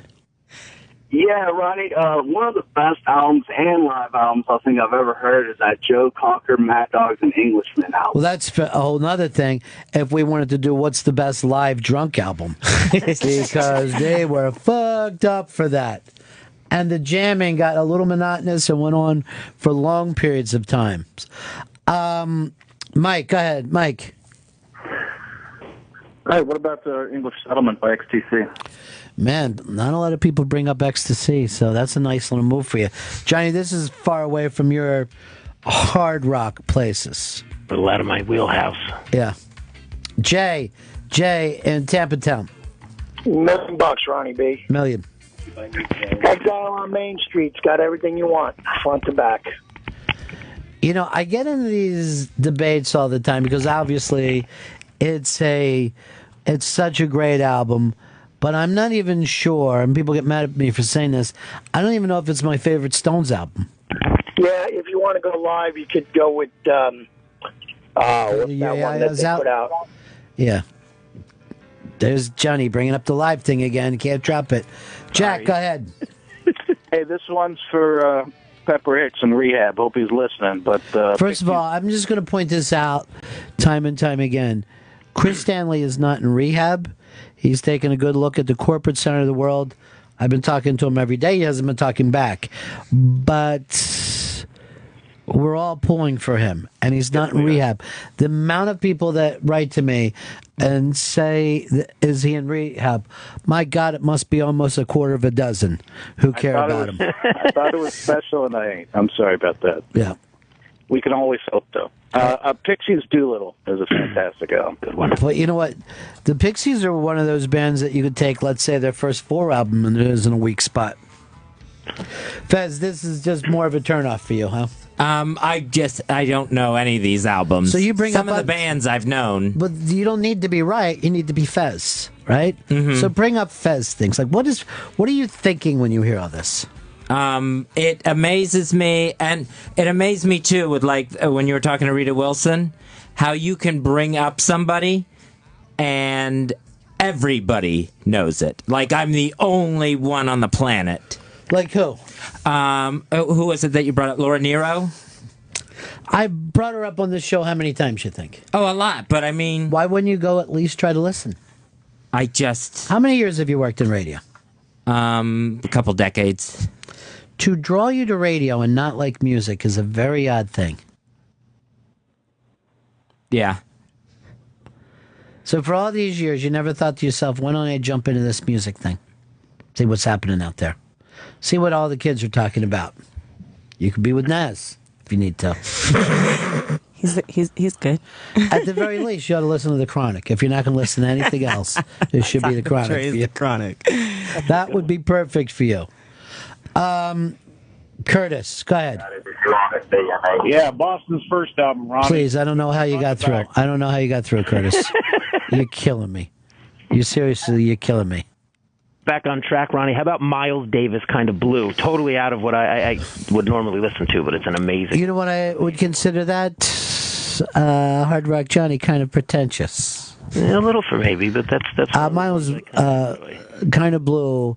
You know what's really funny with so much of that jazz? It all was written for a Friday night, and now I think I only listen to it on Sunday mornings. I don't know what it is. I think you could make a perfect jazz album by just calling it 11 a.m. Sunday, because it just seems like let's put on some jazz before we decide we know where we're going. And I'll put this for you kids where you can understand. Bake. You know what I'm saying? Yeah. Bake. Spark that up. Smoke a lot of weed, DV? Yes. Yeah. Yes, I do. You realize sooner or later they're going to take those kids, right? I don't do it around them, so they don't know anything about never that. step on my laugh with Anthony. It's more important that I get a laugh than the truth happens. I don't care about the truth. I'm sure you'll keep your children forever, but I'd rather just have that laugh from Anthony. God, that was great. Thanks. That's true. Thanks. I think you're a little sweet on her, by the way, Anthony, because you pulled her pigtails quite a bit. Don. Hey, how about Supertramp, Breakfast in America? Here we go, Breakfast in America. Matt in Jersey. Hey, what about GNR, Appetite for Destruction? Good one. Good modern, well, pseudo-modern, I guess. Well, you know what? That could be a whole new thing that we ever do. Best first album anyone's ever put out. Because really, for Guns N' Roses, and we knew it, it was all going to be all downhill from there. You know what I mean? Like, we knew, listen to that first album, we're like, this is as good as we'll ever get. Is that another one you never heard of, Fez Guns N' Roses? I've heard of them. All right, so good, honest answer. Way not to go off track with it and get silly. That's the only one I know, too. I've heard of those people. You've heard of Guns N' Roses? Yeah. Here's the thing about me. Love the Guns, hate the Roses. Yeah. Weird, right? Love the Guns. You know that you're failing your semester, right? As a tribute to Anthony. Okay. Anything for Anthony. See? I got his back. He just can't walk in front of me going down the stairs. I don't even want to hear some of this. I don't even want to hear about it. This should be a safe zone, even for the boys. Sarah in Kentucky. Hi, Newsroom Hotel in an airplane over the sea. You could always tell how old somebody is by what they love. It is a phenomenal album. Is that a first album also, Sarah, or am I wrong? It was the second album. Second album, which could be another thing we do, best second albums of all time. By the way, for you, Anthony, whatever one of these things we do, the Doors are going to end up somewhere in here. I hope so. Yeah. I can never listen to a song off of it without wanting to listen to like the whole thing through. It just doesn't seem right. It's a beautiful album. It really is. It's kind of heartbreaking. Johnny, you got anything by Neutral Milk Hotel? You got any of their pants? No famous pants for them. Yeah. That's unfortunate. Tiff. Yeah, you got to go overnight sensation Frank Zappa. I mean, you got Tina Turner and the Ikettes singing backup on Dynamo Hum. It's amazing. Dynamo Hum. Good acid music, isn't it? Not best. Yeah. Good acid music. Enjoy, buddy. Mike. Yeah, man. I think that Dookie by Green Day is a perfect album. I loved it in high school, and I can still listen to every single track on that album. I loved it. Here's what I'd like to say about that. I think I brought it up before. If you want your children to like rock and roll, give them Green Day because it's the perfect grease to the tracks. Little children love this band. They also love the Beatles. But they really love Green Day. So if you introduce them to Green Day, I think they're going to end up liking rock and roll. Yeah, man. My kids love the Beatles, and they love fucking Green Day. They love that. They don't just love good music, but Green Day's up there with my favorites. Every time little kids, they love that band. I don't know what it is. I like them too. Actually, that was going to be an album I would have said, but I was Have you ever even walked into anybody who says, no, I really don't like Green Day? My brother. Your living brother? My living brother, Okay, yes. My deceased... I didn't want it to get heavy because I'm not ready No. My deceased brother went to the grave thinking that the Doors were better than the Rolling Stones. They were, some people called them the American Rolling Stones. Went to the grave, knowing it. You know who didn't think that the Doors were better than the Rolling Stones, though? Jim Morrison. The Doors. The Doors, no. Here is Jeff. Jeff in New Jersey. Go ahead. Ronnie B, how are you, bud? Soft Parade by far, one of the best albums front to back for me. This is the trip. This is the best part of the trip that I really like. What did he say? There's some weak spots on that album, though. Well, all right. I'm just going to throw in Wishful Sinful as a weird place to be. Cam in Toronto. Yeah, hey, Ronnie. To me, the answer is the rise and fall of Ziggy Stardust and the Spiders from Mars. I got one problem for you, though. It ain't easy. That fucking song ruins it for me.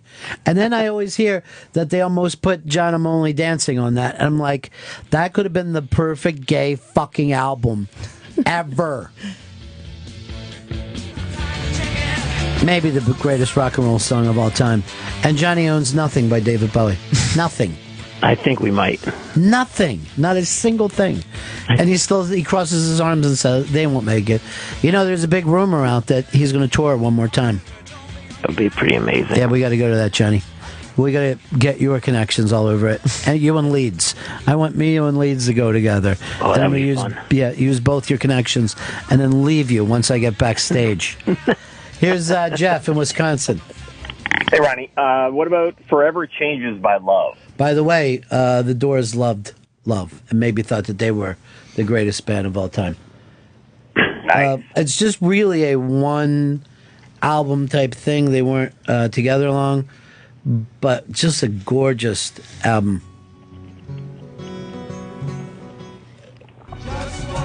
What is he? Why did he jump ahead there? I don't know why it bounced.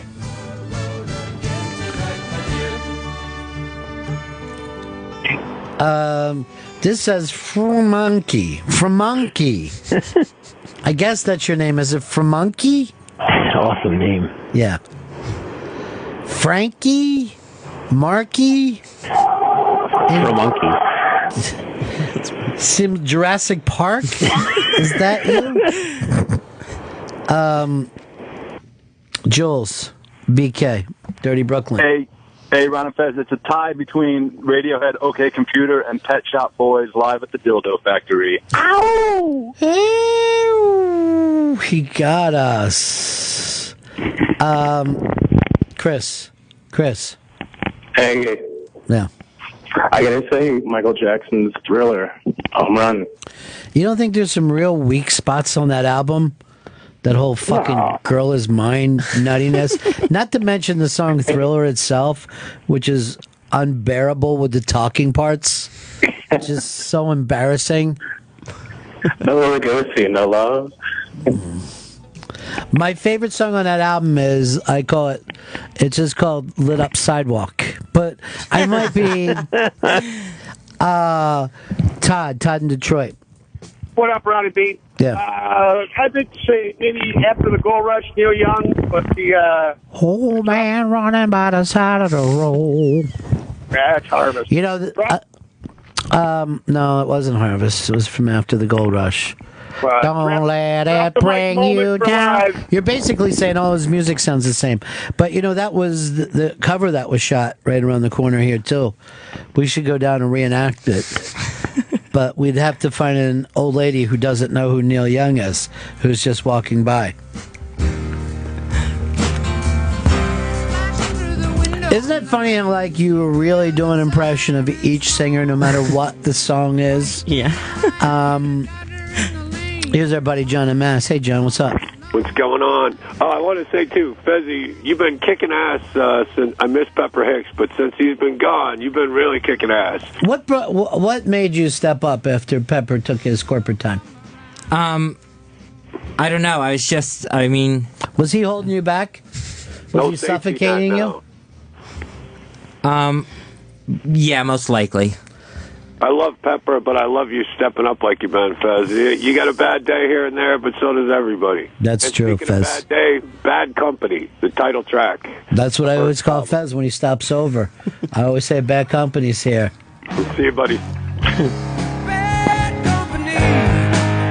John Mellencamp called this the best rock and roll voice of all time. And yet, no one ever listens to John Mellencamp's opinion on anything. John in Tennessee. Hey, Ronnie B. My favorite album of all time is Lou Reed's New York. Very, very strong, but not even my favorite Lou Reed album. Andrew, Jersey. Typical 70s album, yes, Close to the Edge, only 3 songs on the whole album. And even that, it pushed over the side of the album a little bit, you know what I mean? They actually had needed more space. A good acid album, though. Doesn't get brought up a lot, but good acid album. That opening riff, the Siberian Catrue, is like one of the best riffs ever. And an embarrassing title for a song, don't we agree? Like, what the fuck was everybody thinking? How high was everyone? And pretentious?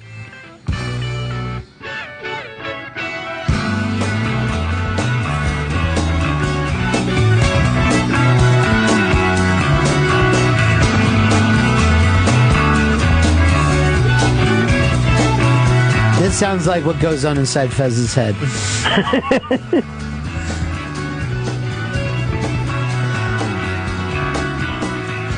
What do you think it sounds like in Fez's head? I think this is what goes on right here. See me, feel me, touch me, heal me, see me. Fuck all you Twitter responders. See me, feel me. Fuck you, Fez Wally. See me, feel me. Fuck Ron Bennington. Hey, Fezzy. Why would you even think that? I was going to say he's probably cursing everyone who gets on his last nerve. I think You think so? I think he's got the Sam Kinison yell in his head. He's not answering us, though. There's nothing there. Come on, It's just buddy. silence. Tell us what Fez thinks. There's just a loud siren going off. Pull over then. Pull over to the side of the road and let that thing go by. I'll get rid of the music talk because I want you involved in this, Fez. What do you like to talk about? I don't have anything to talk about. Yes, you do. You're upset because it's St. Patty's Day and you weren't invited anywhere. You don't have a date tonight, isn't that it? No, I don't have a date. You can come out with me. See me, feel me. This is off Fez's album called Fuck all you Twitter responders.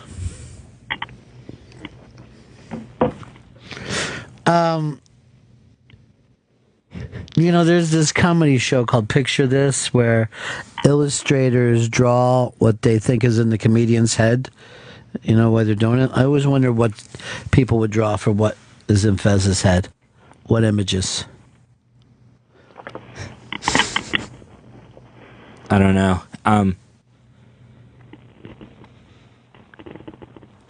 Just a big on. scribble. Come on, seriously.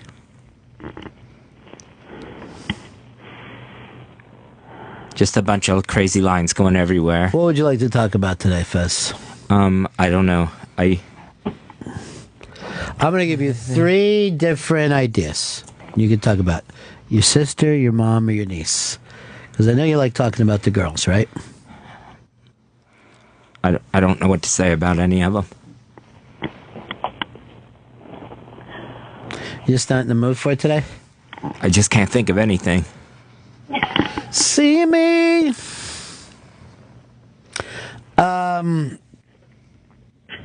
Johnny, I'm going to go to break here. All right, boys. I wonder why you had to bring up a topic that Fez doesn't like. You Sorry, did it Fez. again. Sorry, Fez.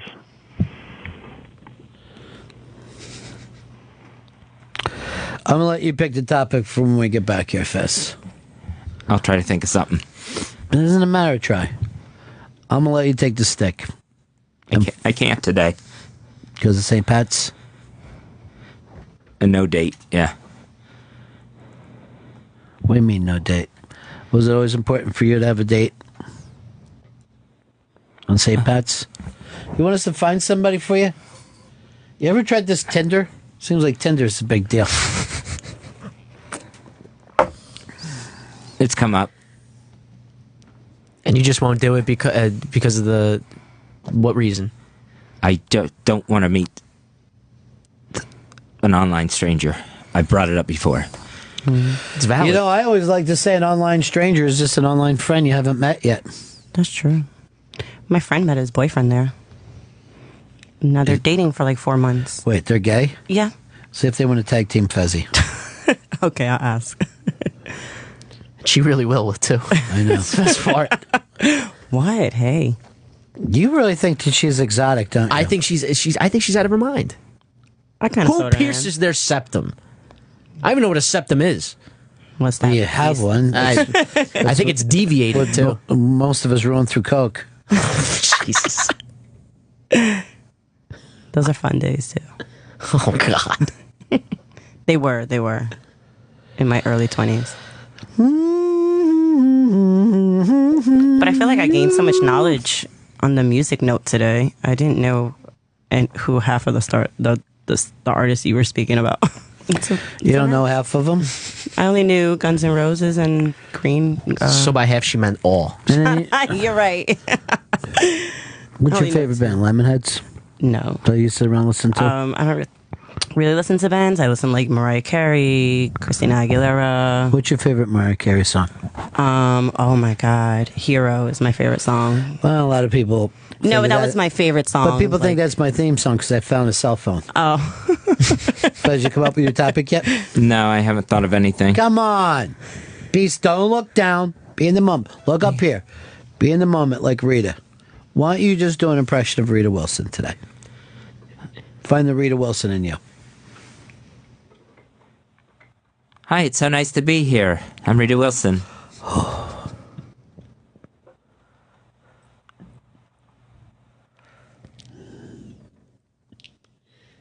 Who are you married to? Tom Hanks. Everyone knows that. Seriously, Fez, what do you want to talk about today? Maybe I can try to think of something during the break. Gay stuff? I'll talk about gay stuff with you. About how people are mean to them, how they should be nice. It's St. Patrick's Day, Fezzy.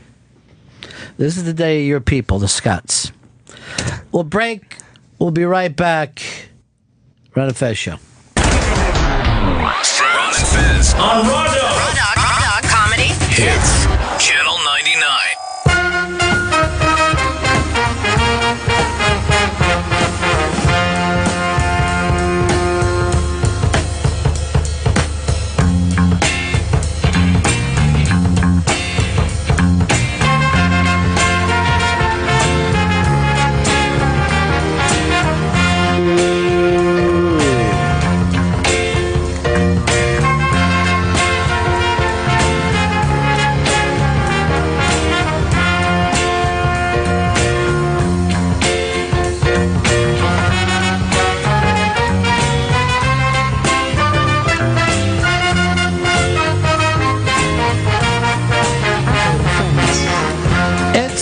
The Ron and Fez Show, 866 Ron Zero Fez, 866 Ron Zero Fez.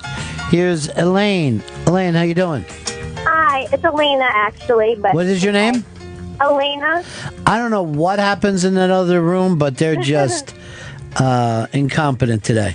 Oh no, it's okay. It happens all the time. I'm actually in the car with my brother Ralph. We love you guys. Hey, Ralphie. They said, "Hey, Ralphie." I just wanted to call. I feel sad for Fez that he's sad today on St. Patrick's Day. Is it St. Patrick's that got you upset, Fezzy? I think this would have happened no matter what holiday. Oh, I'm But it had to be a holiday. Holidays are worse for you. Yeah, I don't know why I don't handle holidays well. That's okay. Our dad doesn't either. You know what I think it was? I think it's that Madonna song, Holiday. Oh, yeah, she upsets me too. Fezzy's going to grab the stick and go for how long, Fez? I can't. An hour? No, I'm not going to make that. What'd you say is the big topic you want to talk about? I couldn't think of anything. Tommy. Tommy, you're on the Ron and Fez Show. How's it going, guys? Hey. Hey, Fez, feel better, but there's a video on the Tommy? Fez subreddit. Tommy? Tommy, can you hear me? Tommy? Tommy? Feel me. Tommy? Touch Tommy? Tommy, can you hear me? Tommy? Go ahead, Fez, run with it. Run with the name Tommy. Look who showed up. First of all, what are you doing in here? I love you guys. In the future, Yes, sir. be invited before you come bursting into somebody's studio. You don't see me over the Jenny Led show running in. It's Jenny Ann. Huh? It's Jenny Ann. Jenny Ann is her middle name? Mm-hmm. A lot of girls go with Ann. That's her middle name. But I don't come busting in there going, I'll just sit down. I was invited. Who invited you? My friend Fez.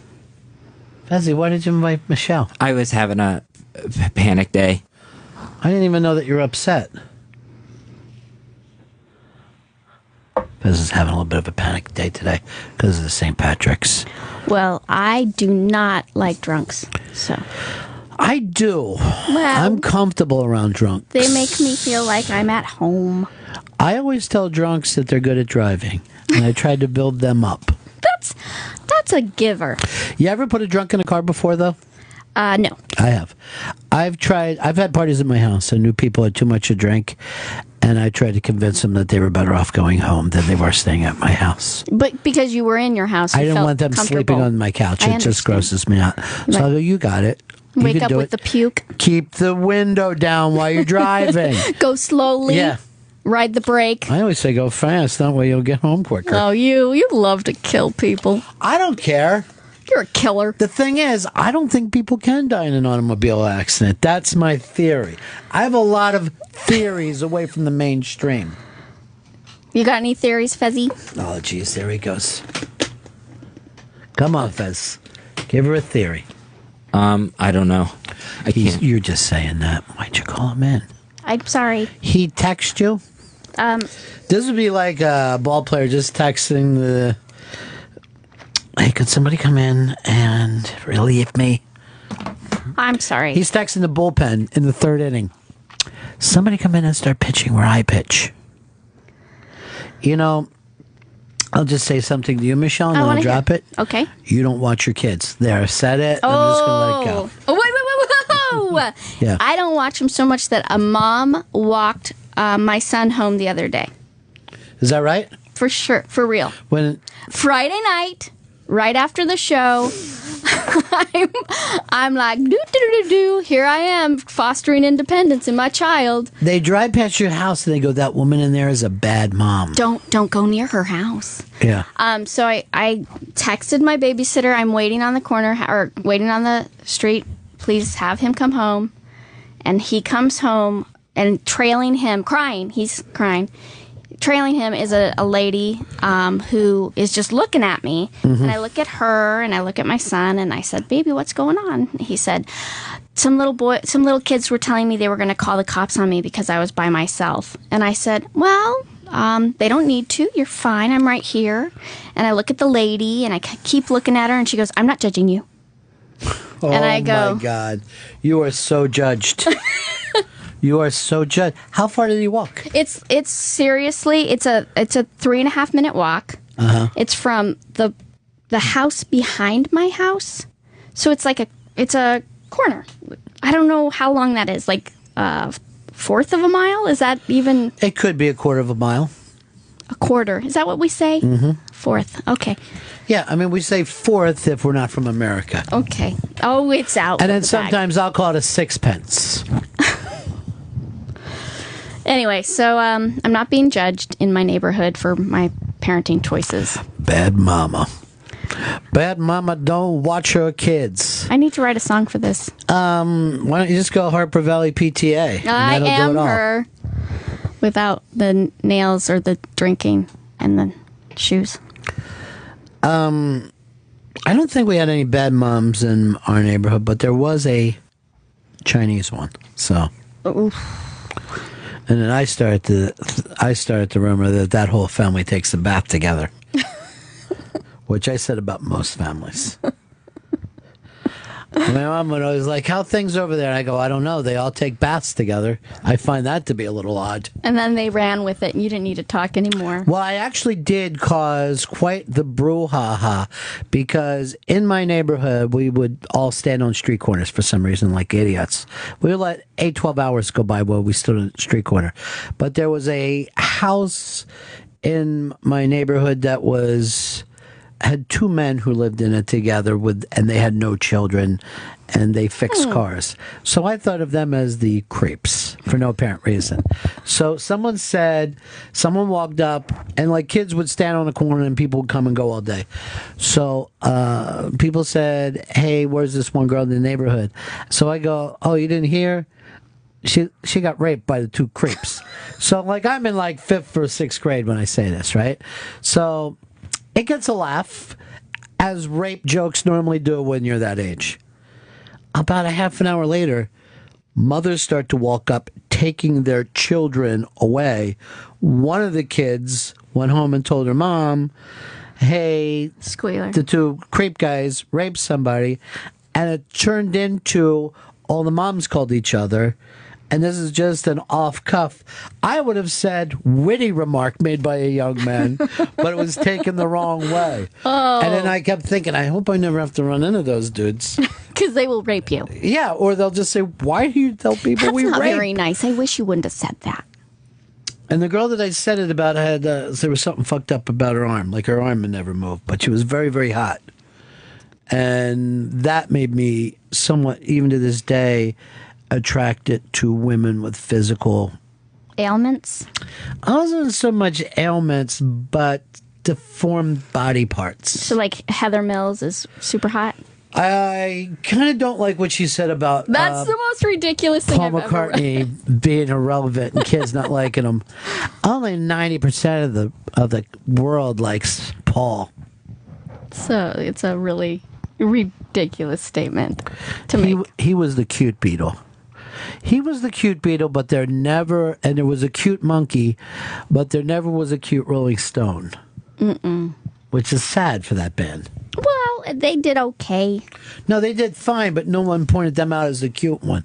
But I always thought, if someone could ask you, like, Paul was the cute one, John was the smart one, what would you have rather been? The cute one or the smart one?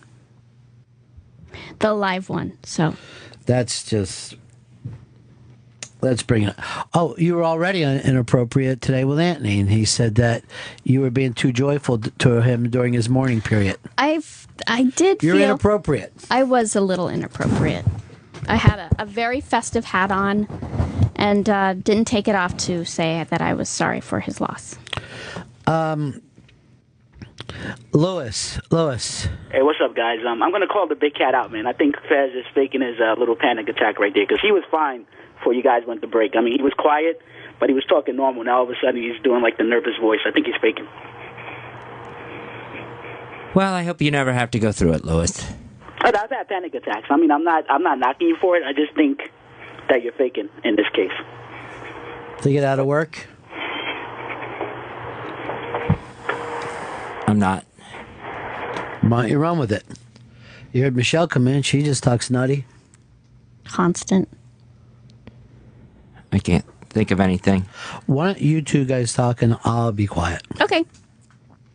Did you hear the kids? You're not even going to hear a thing out of me. I'm just going to be... What's going on? Hey, I'm a fly on the wall. Kids in the hall are coming to America. They live in America. Nothing. Yeah.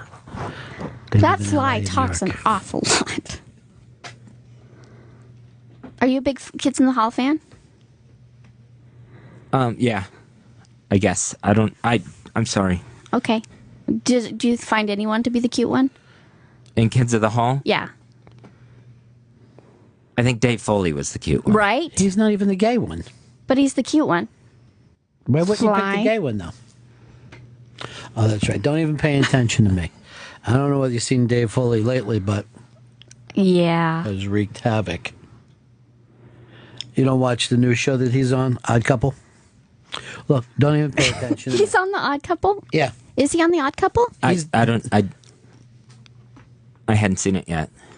I don't think you're going to have a lot of chance to see that show, unfortunately. I hate to break in here, but it was the #1 rated new comedy of the year. Came in at like 12 million people. Really? Yeah. I don't. I don't follow the trends. Yeah, I could tell by that sweater. See? Mean fly. Don't bother me. Shoe fly. So you Dave Foley though? Were you a news radio fan? Up until Phil Hartman got murdered. Yeah, that kind of killed it. Tom in Chicago. Hey, Ronnie, I was wondering, could Michelle come in and work for me Friday if I text her? I don't really feel like driving my truck. I'm getting locked up. Are you available to help everybody? I am a giver. Oh, that'd be great. I really just don't feel like it. You know what? I just decided not to do a sex joke when you said you were a giver. What? Yeah. Do you want me to do it for you? Yeah, go ahead. I only got butt jokes with that one. I would have went with blowjob giver. Okay. You know, when you're a giver or receiver. Right. Yeah. Right. Ugh. Fez, would you consider yourself more of a giver or a receiver? And could we churn butter with that leg?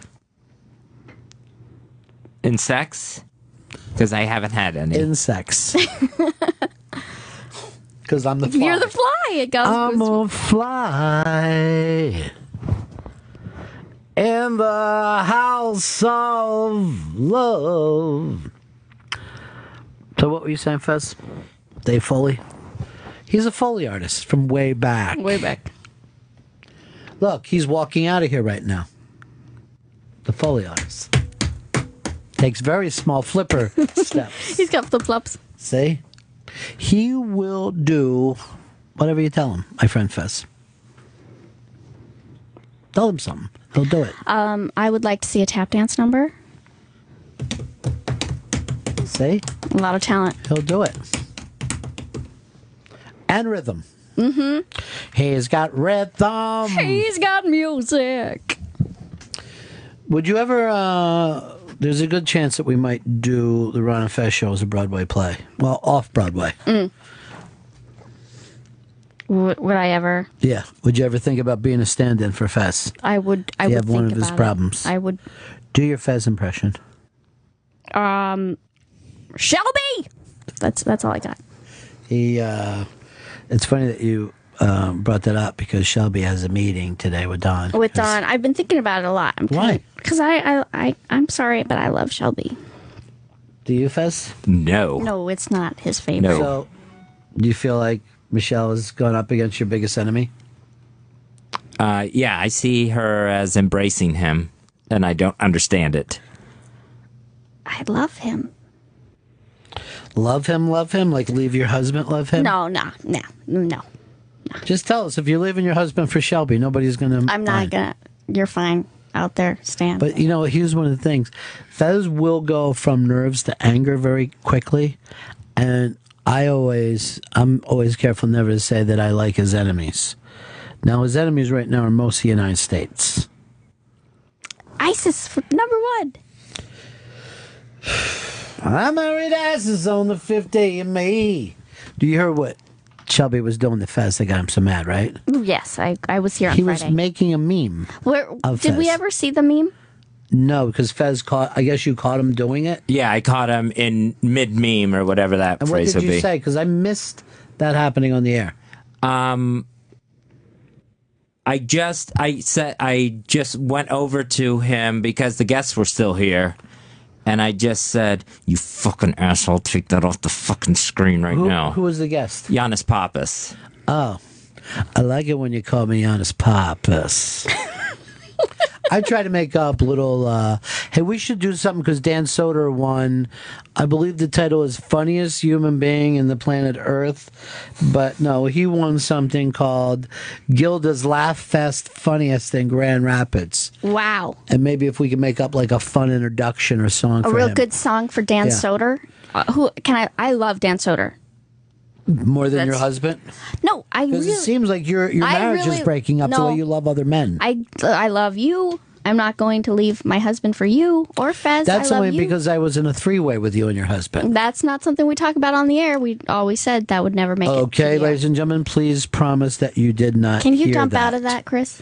Thank But here's what, and I never complain about Minaj, but there was a time I was together with you and your husband, and my only bitch is you went to the mall in the middle of it for like 45 You guys minutes. seem like you were having a really good time. Still felt better if you would have been there. I need you to replace some of that lube.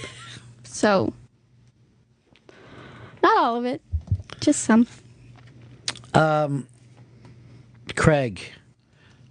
Hey, Faz. Yes. What if this meeting backfires on you tomorrow and he goes in there and just says, well, what the fuck? You keep renewing this guy's contract. He doesn't talk. You're mad at me because I made fun of him. But when's your contract negotiation? I mean, you had one last year. They said it's based on performance. If you haven't performed, they keep renewing your contract. What the fuck? You'd have to take that up with the company. He had a great show on Thursday. Bullshit. They ought to fire your faggot ass. Classy. Oh. NC. What's NC mean? Not cool. Oh. I thought it was like NC-17, my favorite kind of movie. You and my husband sure do like that NC-17. Yeah, we go to a lot of NC-17 films together. It's the best kind. My new thing is to buy tickets for kids and give them tickets. Oh, you are such a bad guy. Yeah. Well, you know what? Living on the edge. I'm not judging you. I say if you don't live on the edge, you're taking up too much room. You know? I stole that from Flathead, who was home today. I hope he's okay. Well, not all of him went home. Well, a lot of him did. How long had he been in there? He was in for a long time. Like 4 or 5 months. Is that 45 true? months. 45? Yeah. That's more than it takes to have a He stepped on a landmine of sugar that blew his toe off. I'm sorry for laughing at your pain. That's kind of sad that you giggle. It's By the way, Rita Wilson came in here Yes. and was appalled by the number of TVs. We used to turn the TVs off. That didn't get handled today. But they're very distracting. they're very distracting, particularly to some people. Some people could just come in, they don't pay any attention at all. But other people are like, what?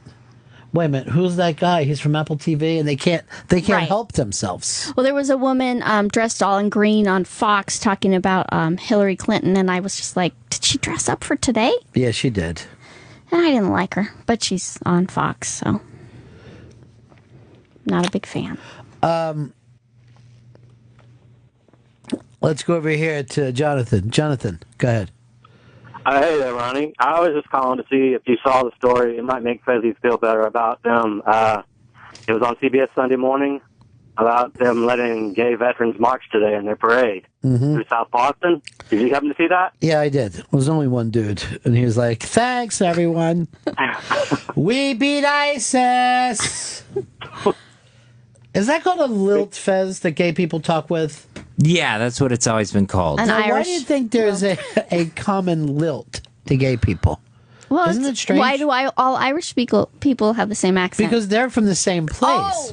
But you could find a gay person in Alabama or Minnesota, and they still have a lilt. It's kind of interesting to me. It is an interesting phenomenon. Do do do do. Manam.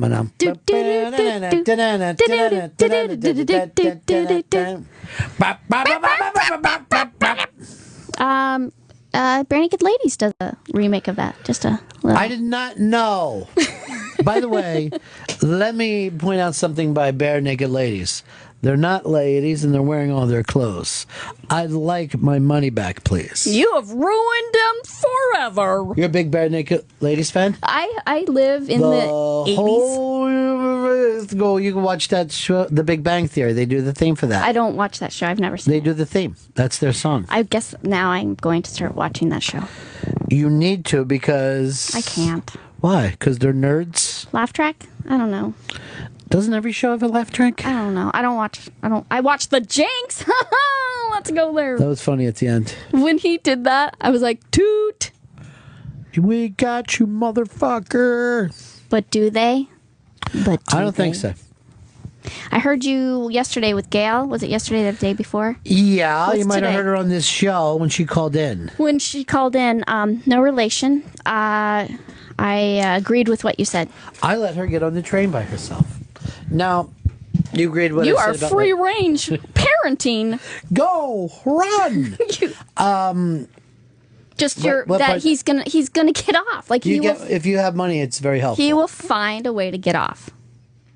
And he's setting himself up in a way of being insane. Like he has the insane defense thing. What is that called, Fez? When they're The insanity plea? Thank you. Yes. He's good. Fez, you think I could get you off on an insane thing? Do you know the difference between right and wrong? I'll say no just in case. You know the difference between right and wrong. I don't think you'd hurt somebody. No. No, there wouldn't even be a trial. Here's what I'm afraid of. Your niece is going to have a baby when? In Soon. 2 months.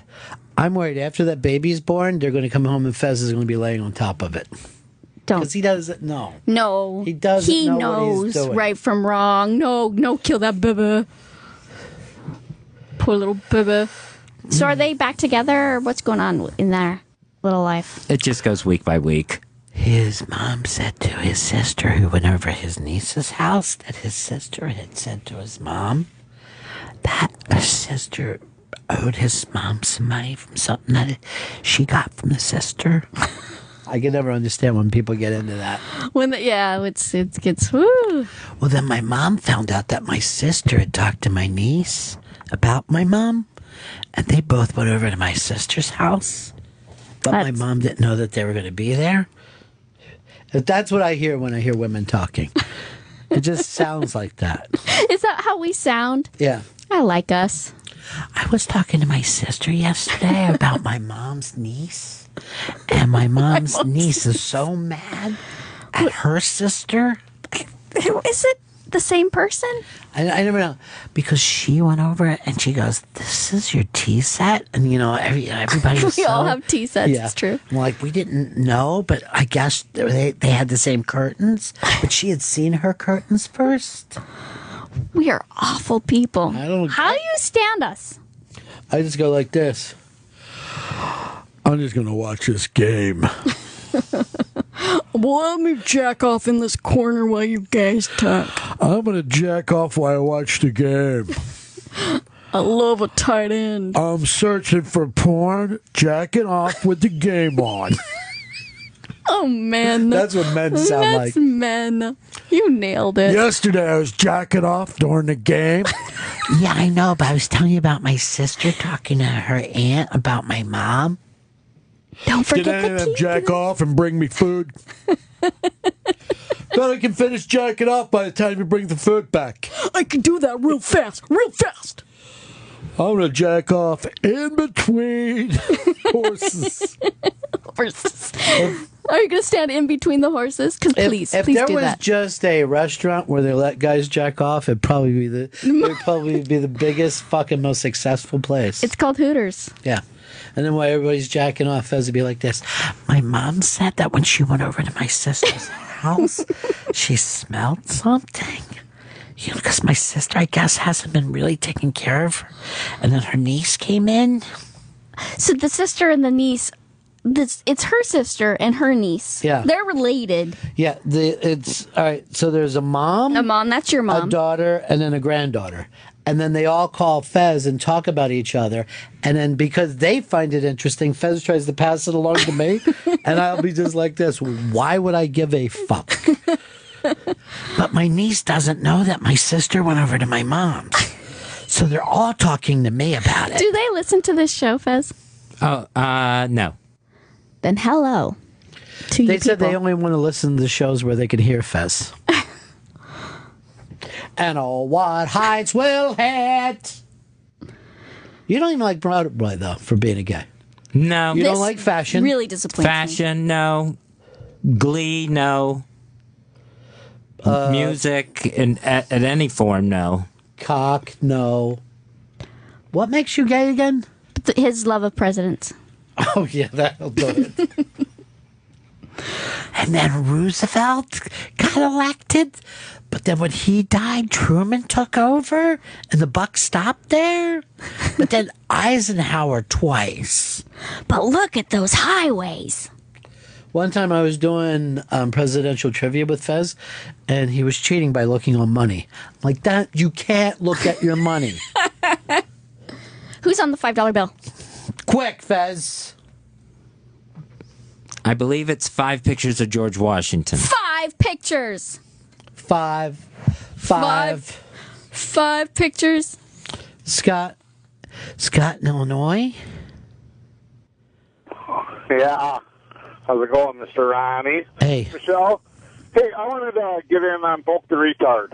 It seems to be the only time Fez really explodes. So. You should have called your own phone. That's good, Fez. I like Call your house and see if you're there. Fuckhead. I'm on the cell phone. I don't know. Hey, see, that's what I want to do. Poke the Retard. It's the most fun time. I get Fez out of his shell. Yeah, you're brilliant. Still there? I'm brilliant. Come on, Fezzy. For real. What's the matter? What's the matter with... I'm not listening to his shit. Fuck him. That was a really good comeback, though.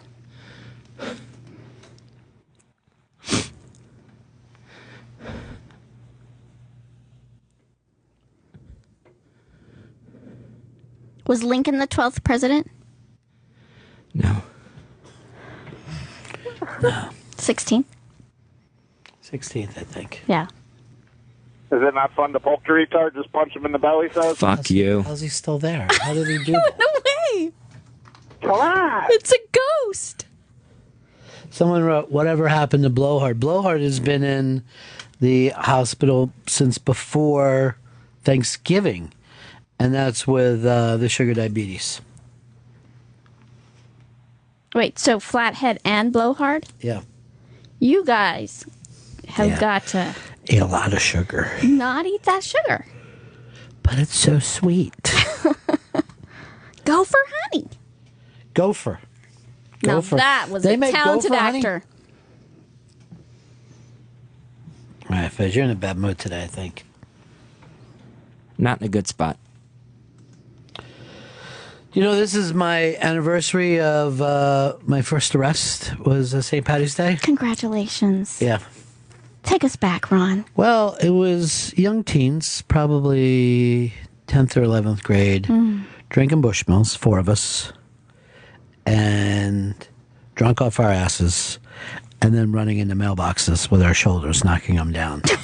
Most of it being done by Smitty, if we're going to be totally honest. But the police was like a detective, and he followed the knocked over mailboxes. Real smart guy. Yeah. Real He smart followed guy. this line that went through a neighborhood of knocked over mailboxes. So we were taken in for destroying federal property. And the guy told us this, they could really go hard at us for just destroying federal property. Happy anniversary. Yeah, it's nice, isn't it? It's a big day. Happy anniversary. Happy anniversary. Here's Sean. Sean. How you guys doing? Hey. Good, good. Hey, I just had a question for Fez there. I've been listening to your show for the last little while. I'm just wondering what sort of makes you want to come into work every day? Because I sort of feel bad. Everybody razzes the shit out of you, and well, they know they can get down on yourself. They know, they always know when they can get them a little bit, Yeah, but like, what's his motivation to come in? Because I know you guys are a good combo and a team together and stuff, but, what's his By motivation? combo, do you mean short for combination? Absolutely. Okay, what's the hurry then? So, Fed, what's your motivating factor? I just hope that I can do better the next day, that this isn't going to happen to me, like I can have good shows like I did last week. You killed it last week. Just hoping that something clicks. Have you talked to your doctor and maybe switched up meds, or are you on meds? That'd be a great idea to switch up the meds. Yeah. By the way, for meds, you mean short for medication? Yeah, this guy. What? Yeah, Come I don't on, know. talk to us. This isn't Twitter. You can use as many letters as you need here. You don't I need wasn't just sure how 140. much time I have on the air. So You're not down to 144 characters. Oh, did they go up to 44? I believe so. Oh, I might wait. be wrong. I think it's a bushel of characters. That sounds right. Who's the pack, The reason though? why I ask on the medication side of things is because my brother's ex-wife is a complete nut job, and she switched medication recently. That makes Fez feel and bad. she's like a totally different person, like outgoing. It's and medication and the whole time. Medication time. Did you say ex-wife? bit. Ex-wife, yeah. Oh, yeah. No, so she's available, you're saying. Yes, she definitely is. Yeah, I can hook you up. This is my new girlfriend, Crazy Pussy. She made 2 kids out of it, so yeah, I would imagine it's a little beat up. 2 crazy kids. Poor kids. Probably have to walk home alone by themselves. Exactly. Alone like, again. Naturally. That's the thing. Have you tried different medication that might actually get you out of your shell? I've tried plenty of different medications. What about booze? No, I quit that. That wasn't working. That's not a good one. That's What kind was of a it? depressant. Booze. Hey, I'm just trying to come up with solutions. Hey, he's just throwing shit against the wall, see what sticks. He's like some You know? spaghetti. Put it Yeah. up there. Little noodle. What about pot? I mean, pot mellows everybody. Trying weed it off, Fez? Paranoia. You meditate? You meditate, Fez? No. It's legal now. We could It ship is. over We some live in Denver. We do. Canadian marijuana. Medication time. Medication time, Mr. Watley. It's time for you to take your medication. It's pretty. What about juicy fruit, Fez? You ever tried juicy fruit? It's the best gum there is. You are so right. No, that's just chewing. You can't count bubble. No, you don't. Because any bubble gum is better than any chewing gum in terms of taste. I don't know that I agree with that. Chewing gum is too adulty.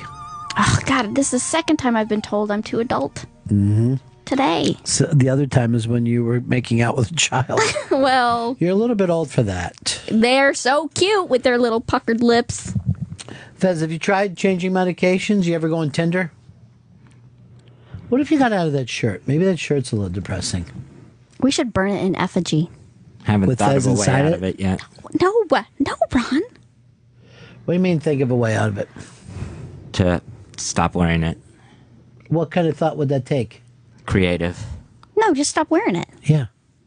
Nobody, we would just rejoice. I do like that you have green on today, though. Yeah, it's nice. You too, Ron. I did mine by accident because I hate the Irish being one of them. I despise them. They don't like you either. They love me. Not what I heard. Is that right? Yeah. I'll fucking headbutt any one of them right back to sleep. Most true Irish people aren't even up by now.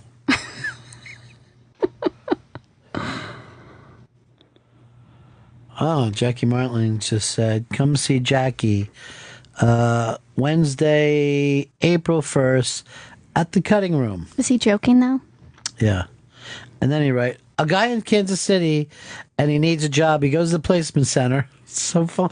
Look how long the joke is he sent me. Why doesn't he just call in and tell it? At this point. Here is George. George, go ahead. Hey, how you doing? I'm not sure what the disease is called, but when people hurt themselves to get the attention, I feel that that's what Fezzi has. There's nothing wrong with him. He just likes the attention. He's getting, he gets the attention of everybody talking to him. Yeah, all this for is the Fezzi. attention that I want. Your asshole call. That's the attention that I want. Exactly what it is. You gotta be You're a open. fucking idiot. You got to be open to it, Fez. Another thing I can't understand is how could they get on? See ya. Fucking assholes. I hate every fucking one of them that calls. They all hate me, and I hate them back. But they need you. They need you like we need you. Just fucking dicks.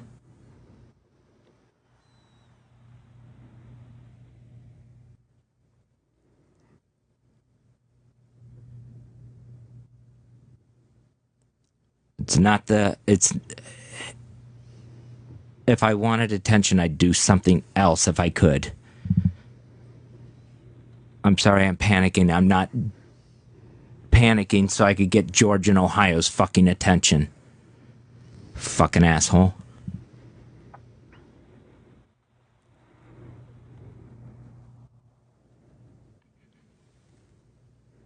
The fan's on.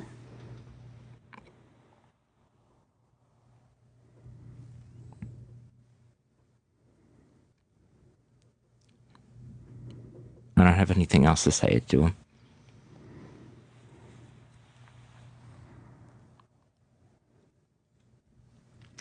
You really fix things, didn't you, Michelle? I didn't. I really maybe I broke them. I'm sorry, Fez. Why don't we take a break here? When we come back, George in Ohio is going to find out what the name of that disease is and how it works. Just laughing. That was funny. Mm-mm. Mm-mm. You're so cruel. I know, because you know why? Why? That stuff that you said earlier about me. You said I need to be on Tinder and I need to change my meds. Please tell me how I should change my life for everybody. Should I be on Tinder? I think you should be on Tinder. Hooks. Tender is the night.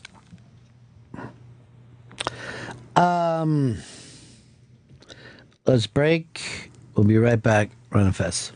Ron and Fez on Raw Dog Comedy Hits, Channel 99.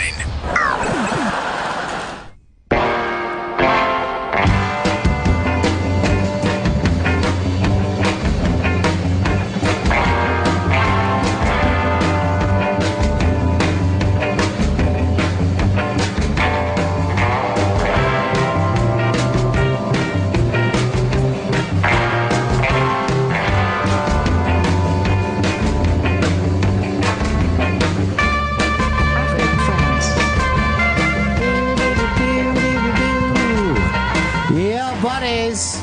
It's the Ron and Fez and now Michelle show. Hello, buddies. What would you be doing now, Michelle, if you didn't come down and join I was just thinking I should be sending my these to Traffic and the band Traffic? Because Yes. Stevie Winwood has one of the great white voices of all time. He does. Yeah. Yes, the band Traffic. So that's the band Traffic, Fez. They need our live read. You sat quietly with Fez during the commercial break. Yes. Could you ask him a couple things? Should he go on Tinder or... Because people like to help out sometimes. I do enjoy the drop that he gets when that. If you could give one advice to Fez, what would it be? Stop thinking. Stop thinking is a good one. Stop thinking and start... Doing. Mm-hmm. We're human beings, not human thinkings. You know? All right, Fez, you feel like you're pulling yourself out of this? No. Here's what we're going to do. We're going to make this into a contest. I'll bring in the two interns and Shelby. One at a time, everybody will be able to give you advice, and then whoever wins will be a vice person of the day, and they won't have to clean up the studio. So yours is going to be stop thinking. That's my advice. Yeah, you think that he's thinking too much. Right. What's he thinking about, though? How to get out of what he's in. What you mean, how to get out of doing his thing? All right, one at a time, line up. Not each go to their own. Line You up, can't be everybody, trust- line up, everybody, line up, everybody, line up. All right, we're each going to give our advice to Fez. You've got to beat stop thinking. V, with your new nose... pain. Yeah, but I can barely even say it. I think you should take long walks after the show. Take long walks after the show. Fez is liking to write these down because that gives him that stenographer thing. So I would say to you, be a stenographer. All right. And by the way, before you go in, I'd like to apologize for her being too joyful while you're in a time of mourning. And I'm really upset. When he came to me with it, I'll go, we'll take it to HR. All right. What do you got, The Anthony? papers are filed. I think, honestly, you should smoke pot. Smoking that weed. It'll mellow you out. Yeah. By the way, how come there's never been a band called The Herbs? You'd think that would have been... Because of Herb Albert. Oh, the Tijuana Brass. All right. Cafe Carlisle. Hotel California, not the same. Herb Alpert is going to be on Ron Bennington Interviews tonight tonight. Look at that. We never plug on the indies. We go out of our way not to plug. But we're on Indie at 9 o'clock, Indie 104, I believe. 102. 102. What's that? Indie 102. What did you say, 67? 57. 57. Which one do you think is right? You might be thinking of Heinz. Fez. Well, he's Shelby, from Pittsburgh, so. Is that where you're from? Yes, actually. The Pittsburghs from Pittsburgh. The Pittsburghs from Pittsburgh. All right. Shelby, advice for Fez. Do some hot yoga. You heard of hot yoga? That would knock out two things at once, because it'll get you healthy, and the guy that originated it is like being investigated for sexual assault, so that would knock out the virginity thing. Oh! Fuck It's you. advice. It's good advice. Why don't you go pump it on Channel 57? So you think his biggest problem is the virginity thing? And I think Is that coming from experience? It's not, but I'm just trying to help. I think that hot yoga the yoga would help health. I know that. Yeah, stop being honest. I like your first part where you were going for a bit. So, hot yoga. Well, they're all caring very much, Fez. Here is Rob in Florida. Hey, Rob. Hello? Yeah. Hey, Ron. How you doing? Don't worry about me right now, Rob. I'll throw you right off the air if you ever bring up anything about me. It's true. Listen, I'm actually very excited for Fez. I think he's actually on his road to recovery already. That fuck you to George in Ohio is the first step. I'd say he says fuck you to me and fuck you to everyone else, and he's well on his way to getting better. Then fuck you, Rob, in Florida. Seriously, Rob. Seriously, Fez, do you think he's giving good advice? No. You don't like the callers anymore. They don't like me. It's just mutual. I hear a lot of callers that like you. I do too. Everyone loves Fez. I don't know what to say. I think you could make extra money churning butter with that leg. He gets nervous. Kids are laughing. Look at them. Because of the churning butter thing. They remember that from their childhood. I think it's nervous laughter. So what did you decide, Fez? I thought stenographer was really the best one. Okay. So I won. You always win, Ron. You always win. That means everyone else has to clean up the studio. And that means I'm going to pee on the floor right now. Oh. So you really have to scrub it out. You don't like hot yoga? No, that's just a smart-ass remark from Channel 57. Why did you think it was Channel 57? He thought he was in a bidding war. I don't even know what that means. I don't know what that means either. I said 102, so you yelled 57. How's that a bidding war? He's trying to go lower. No one ever bids by going lower. If you're bidding on a contract. That's so true. That's comedy. What is this? A bidding contract? This asshole over here thinks he's on a bidding contract. Are you going to the Don meeting with him today? Oh, no. Don says he will handle this himself. Oh, boy. That might mean they just laugh about you. One thing Don's great about is he lets us smoke in here. Oh, I don't. That's always my elevator joke. I go, it's great that we can smoke in these new elevators. And I'll just act like I'm waiting, and people go, no, you can't. I don't want to ride all the way down with you smoking. You smokers are the worst. You smokers remind me of the 1960s when people could smoke anywhere. And women weren't valued. And women used to make $0.25 a day. Stupid women. Back in my day, if you were mad at a woman, you could just hit her.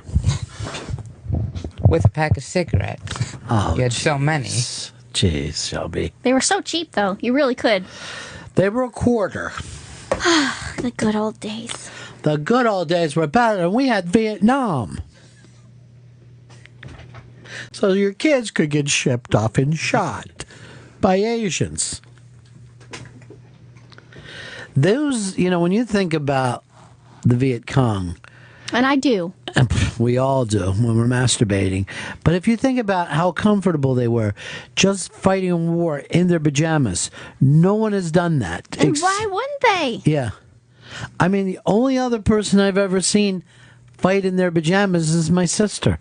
Other than that, no one has ever went after me in their pajamas. It is kind of like their backyard. Like if you were on your deck fighting people, you.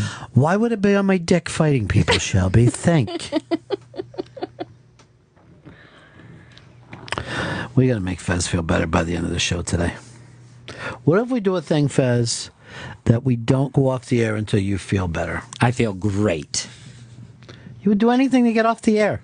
Yeah. It's the exact opposite of what people who work in radio want to do. You like your day when you're not in radio. Yeah, I just want today to end. They always do.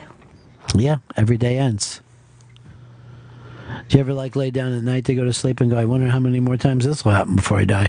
I've never done that, but now tonight stay might with be it. that. Gonna do the night. I have done it ever since they taught you that little kid's prayer. If I should die before I wake, and I'm like, if I should die before I wake. Wait, what? What are Record scratch. What are you fucking bringing up now? People die in their sleep? Oh yes, honey, all the time. But it doesn't matter. You'll be with Jesus. Who?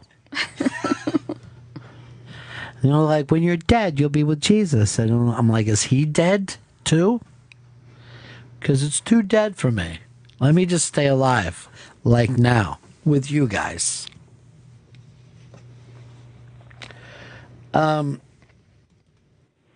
Jay, what's up, buddy? Hey, it's J-Bone Ronnie. I want to let you know, tomorrow in the Italian market, they're going to be filming the new Rocky movie, so I just wanted to let everybody know. It's called Creed.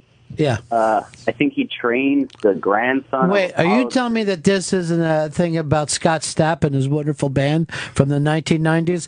With arms wide open! Sylvester Stallone, the frontman of Creed. Yeah. Arms wide open, baby. They're filming this. My friend is going to be in the movie. Whoa. And it's Kathleen from Brooklyn. She's going to be his sparring partner to Sylvester Stallone. Because I'm just going to let you take the stick today. I don't have anything to say. On the radio. I don't know what to say. How about you do a Shelby roast, you can get off. So let's see if you can get off 3 Shelby jokes in 10 seconds. You ready? Go. I can't think of anything. About Shelby? Yeah. You can say anything you want about him. I know, but I can't think of anything. My mind's not working today. All right. That surprised me. I thought there had been 10 of them. Yeah, me too. All right, now you get to fire 3 shots at Fez. 10 seconds, go. When's the last time you changed that shirt? The Industrial Revolution? One more. Who had more sex, you or your dead cat? And one more. Is your old age making you forget to pay your TV bill? That's why it's not on. These are great. You really should be doing your own roast. But then at the end, you have to go like this. But we really do love you, Fez, and really wish you the best because they do that. Here's what's happened with this latest roast. All the Beaver jokes went online immediately. And they were good. Yeah. But now I feel like I don't even We don't need to see it. Yeah, even watch it. They seem really the Dean Martin roast people always talk about, but these just seem vicious. People they're talking terrible. about their dead friends and looking at the guys. While they're saying it. Ludacris stopped one of the dead jokes from going out there. Who was it about? Paul Walker. Yeah, Paul Walker, who was the American Taliban. Thanks. Well, it took a while. I just laid there, and then all of a sudden I felt it pull back up. I'm like, there's a fog coming in. And then I'm like, no, that's my laughter. But do you think that should have been off, you know? I don't think it should have been off, but like anything should go during a roast. That's with these ones with Jeff Ross, like he's an animal during these things. Well, he has to top himself. I mean, let's face it. He has the reputation of a guy who crosses the line, which means he has to cross the line now. Like, if we were doing a roast of Michelle, I'd be like this. I'm not saying that Michelle's a bad mother. I'm just saying the social services says that. And that would be my joke, you know? At least they're bringing in new people, because at some point, like Jeff Ross, how many roasts has he done with Lisa Lampanelli? You know, you got to stop with that, because you know they both belong there. Yeah, I mean the new people hasn't worked out better. They are the best at doing the roast. They're the best. Can anyone in this room, explain to me what's the difference between the Friars roast and the Comedy Central roast? Yeah, the location. No, yeah, a Friars roast. You throw it in some grease first, and then you roast it. Okay.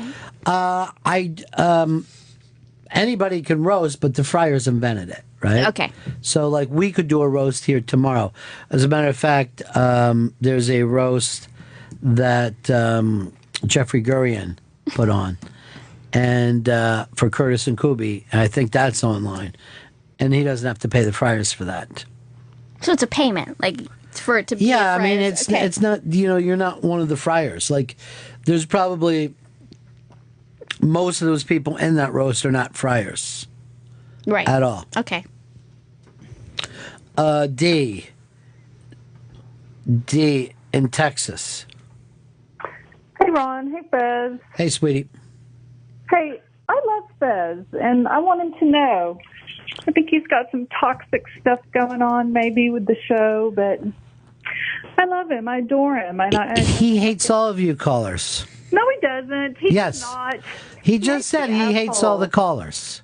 No, he doesn't. He doesn't hate me. He hates the assholes that call. Right, Fez? Yeah, thank you, D. It's true. Well, then you should say, I only hate some of the callers. I hate all the asshole callers. I don't know why people call to give you a hard time. It's wrong. It's unfair. They should lift you up, Fez. Thank you. And not just Fez. I think all radio hosts should be lifted up. Love lift us up where we I agree, Ron. You should be lifted up as well. I call ESPN radio sometimes just to lift those guys up. Hey, Mike. Yeah, Mike and Mike, I know you're working really hard. I just want to say you're great at what you do. Keep going. I'll be like, Mike, I heard you on the show a lot today. You're really doing better. Hey, Opie, I really hear you mixing it up in there. Stay with it. I'll even call people on their podcast. Nice. You're doing it. You're performing on your podcast, I'll say. You're such a positive force, Ron. You know, Fez, if you were straight, I think D would be perfect for you. She sounds great. You know who I think would be perfect for you? Nope. D's nuts. That's terrible. It is terrible. That's terrible. I am nuts. But V has just lost her mind. Did she wet herself? No, but see, this is the kind. One though. I get caught with it all the time. I just would like to hang around these kids. You guys have a great day. Hey, you're lifting us up. Later. All right. I hope so. I hope we talk to you later. I just hope I wake up tomorrow. You've got me scared. If you should fall into a coma while you sleep, you play your Lord soul to keep.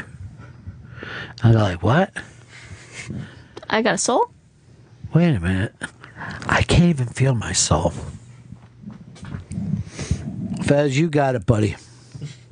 You got D behind you now. Yeah. Did she say she was Texas? Yeah. That's a big state. I don't mess with her.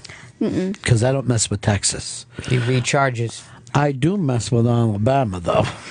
I took their hat. All right, Fez, you ready to do 3 jokes about Shelby? No, I don't have anything today. Come on.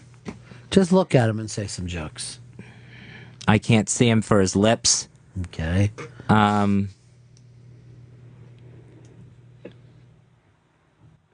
Learn the channel guide. All right, that's not important to anybody but you. One more. I don't have anything. You had 2/3 of your jokes.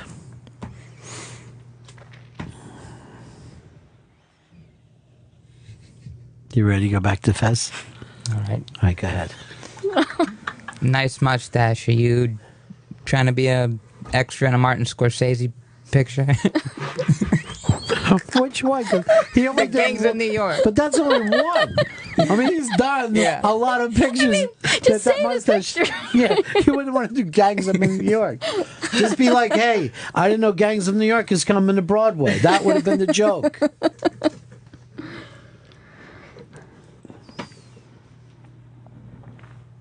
So what else you got? Nice foot tapping. Are you getting ready to run the 100-meter dash? They call him Tappy. That was his nickname for a while. Remember when Jay Moore would always be like, "Hiya, Tappy!" Every time that he called, he got the biggest kick. Because we used to and this is how long it's gone. We used to look around the studio all the time. We're like, where's that noise coming from? And then one day as we're looking underneath, we just see Fez's foot is going. But we're like, fuck you! We used to yell down. We thought the people underneath us were just poking a broom up at the floor ceiling. Hey, John. Let's try again. Go ahead, Johnny. Hey, I think Fez likes it when the callers give him a hard time. So Yeah, I'm loving this today. Something hard. Yeah, you're the best caller ever, asshole.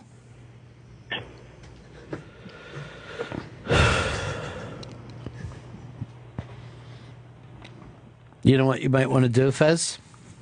Have a rap battle against Shelby. I don't want to. You started off. Shelby.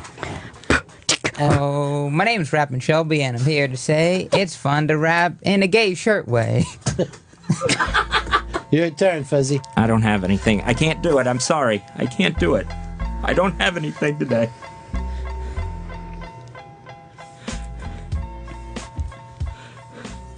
I can't think of anything.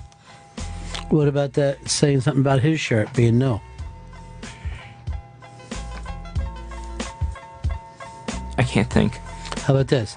Well, my name is Fez, and I'm here to say Shelby doesn't even know what station we're on. I mean, seriously. 57. Take it, Fez.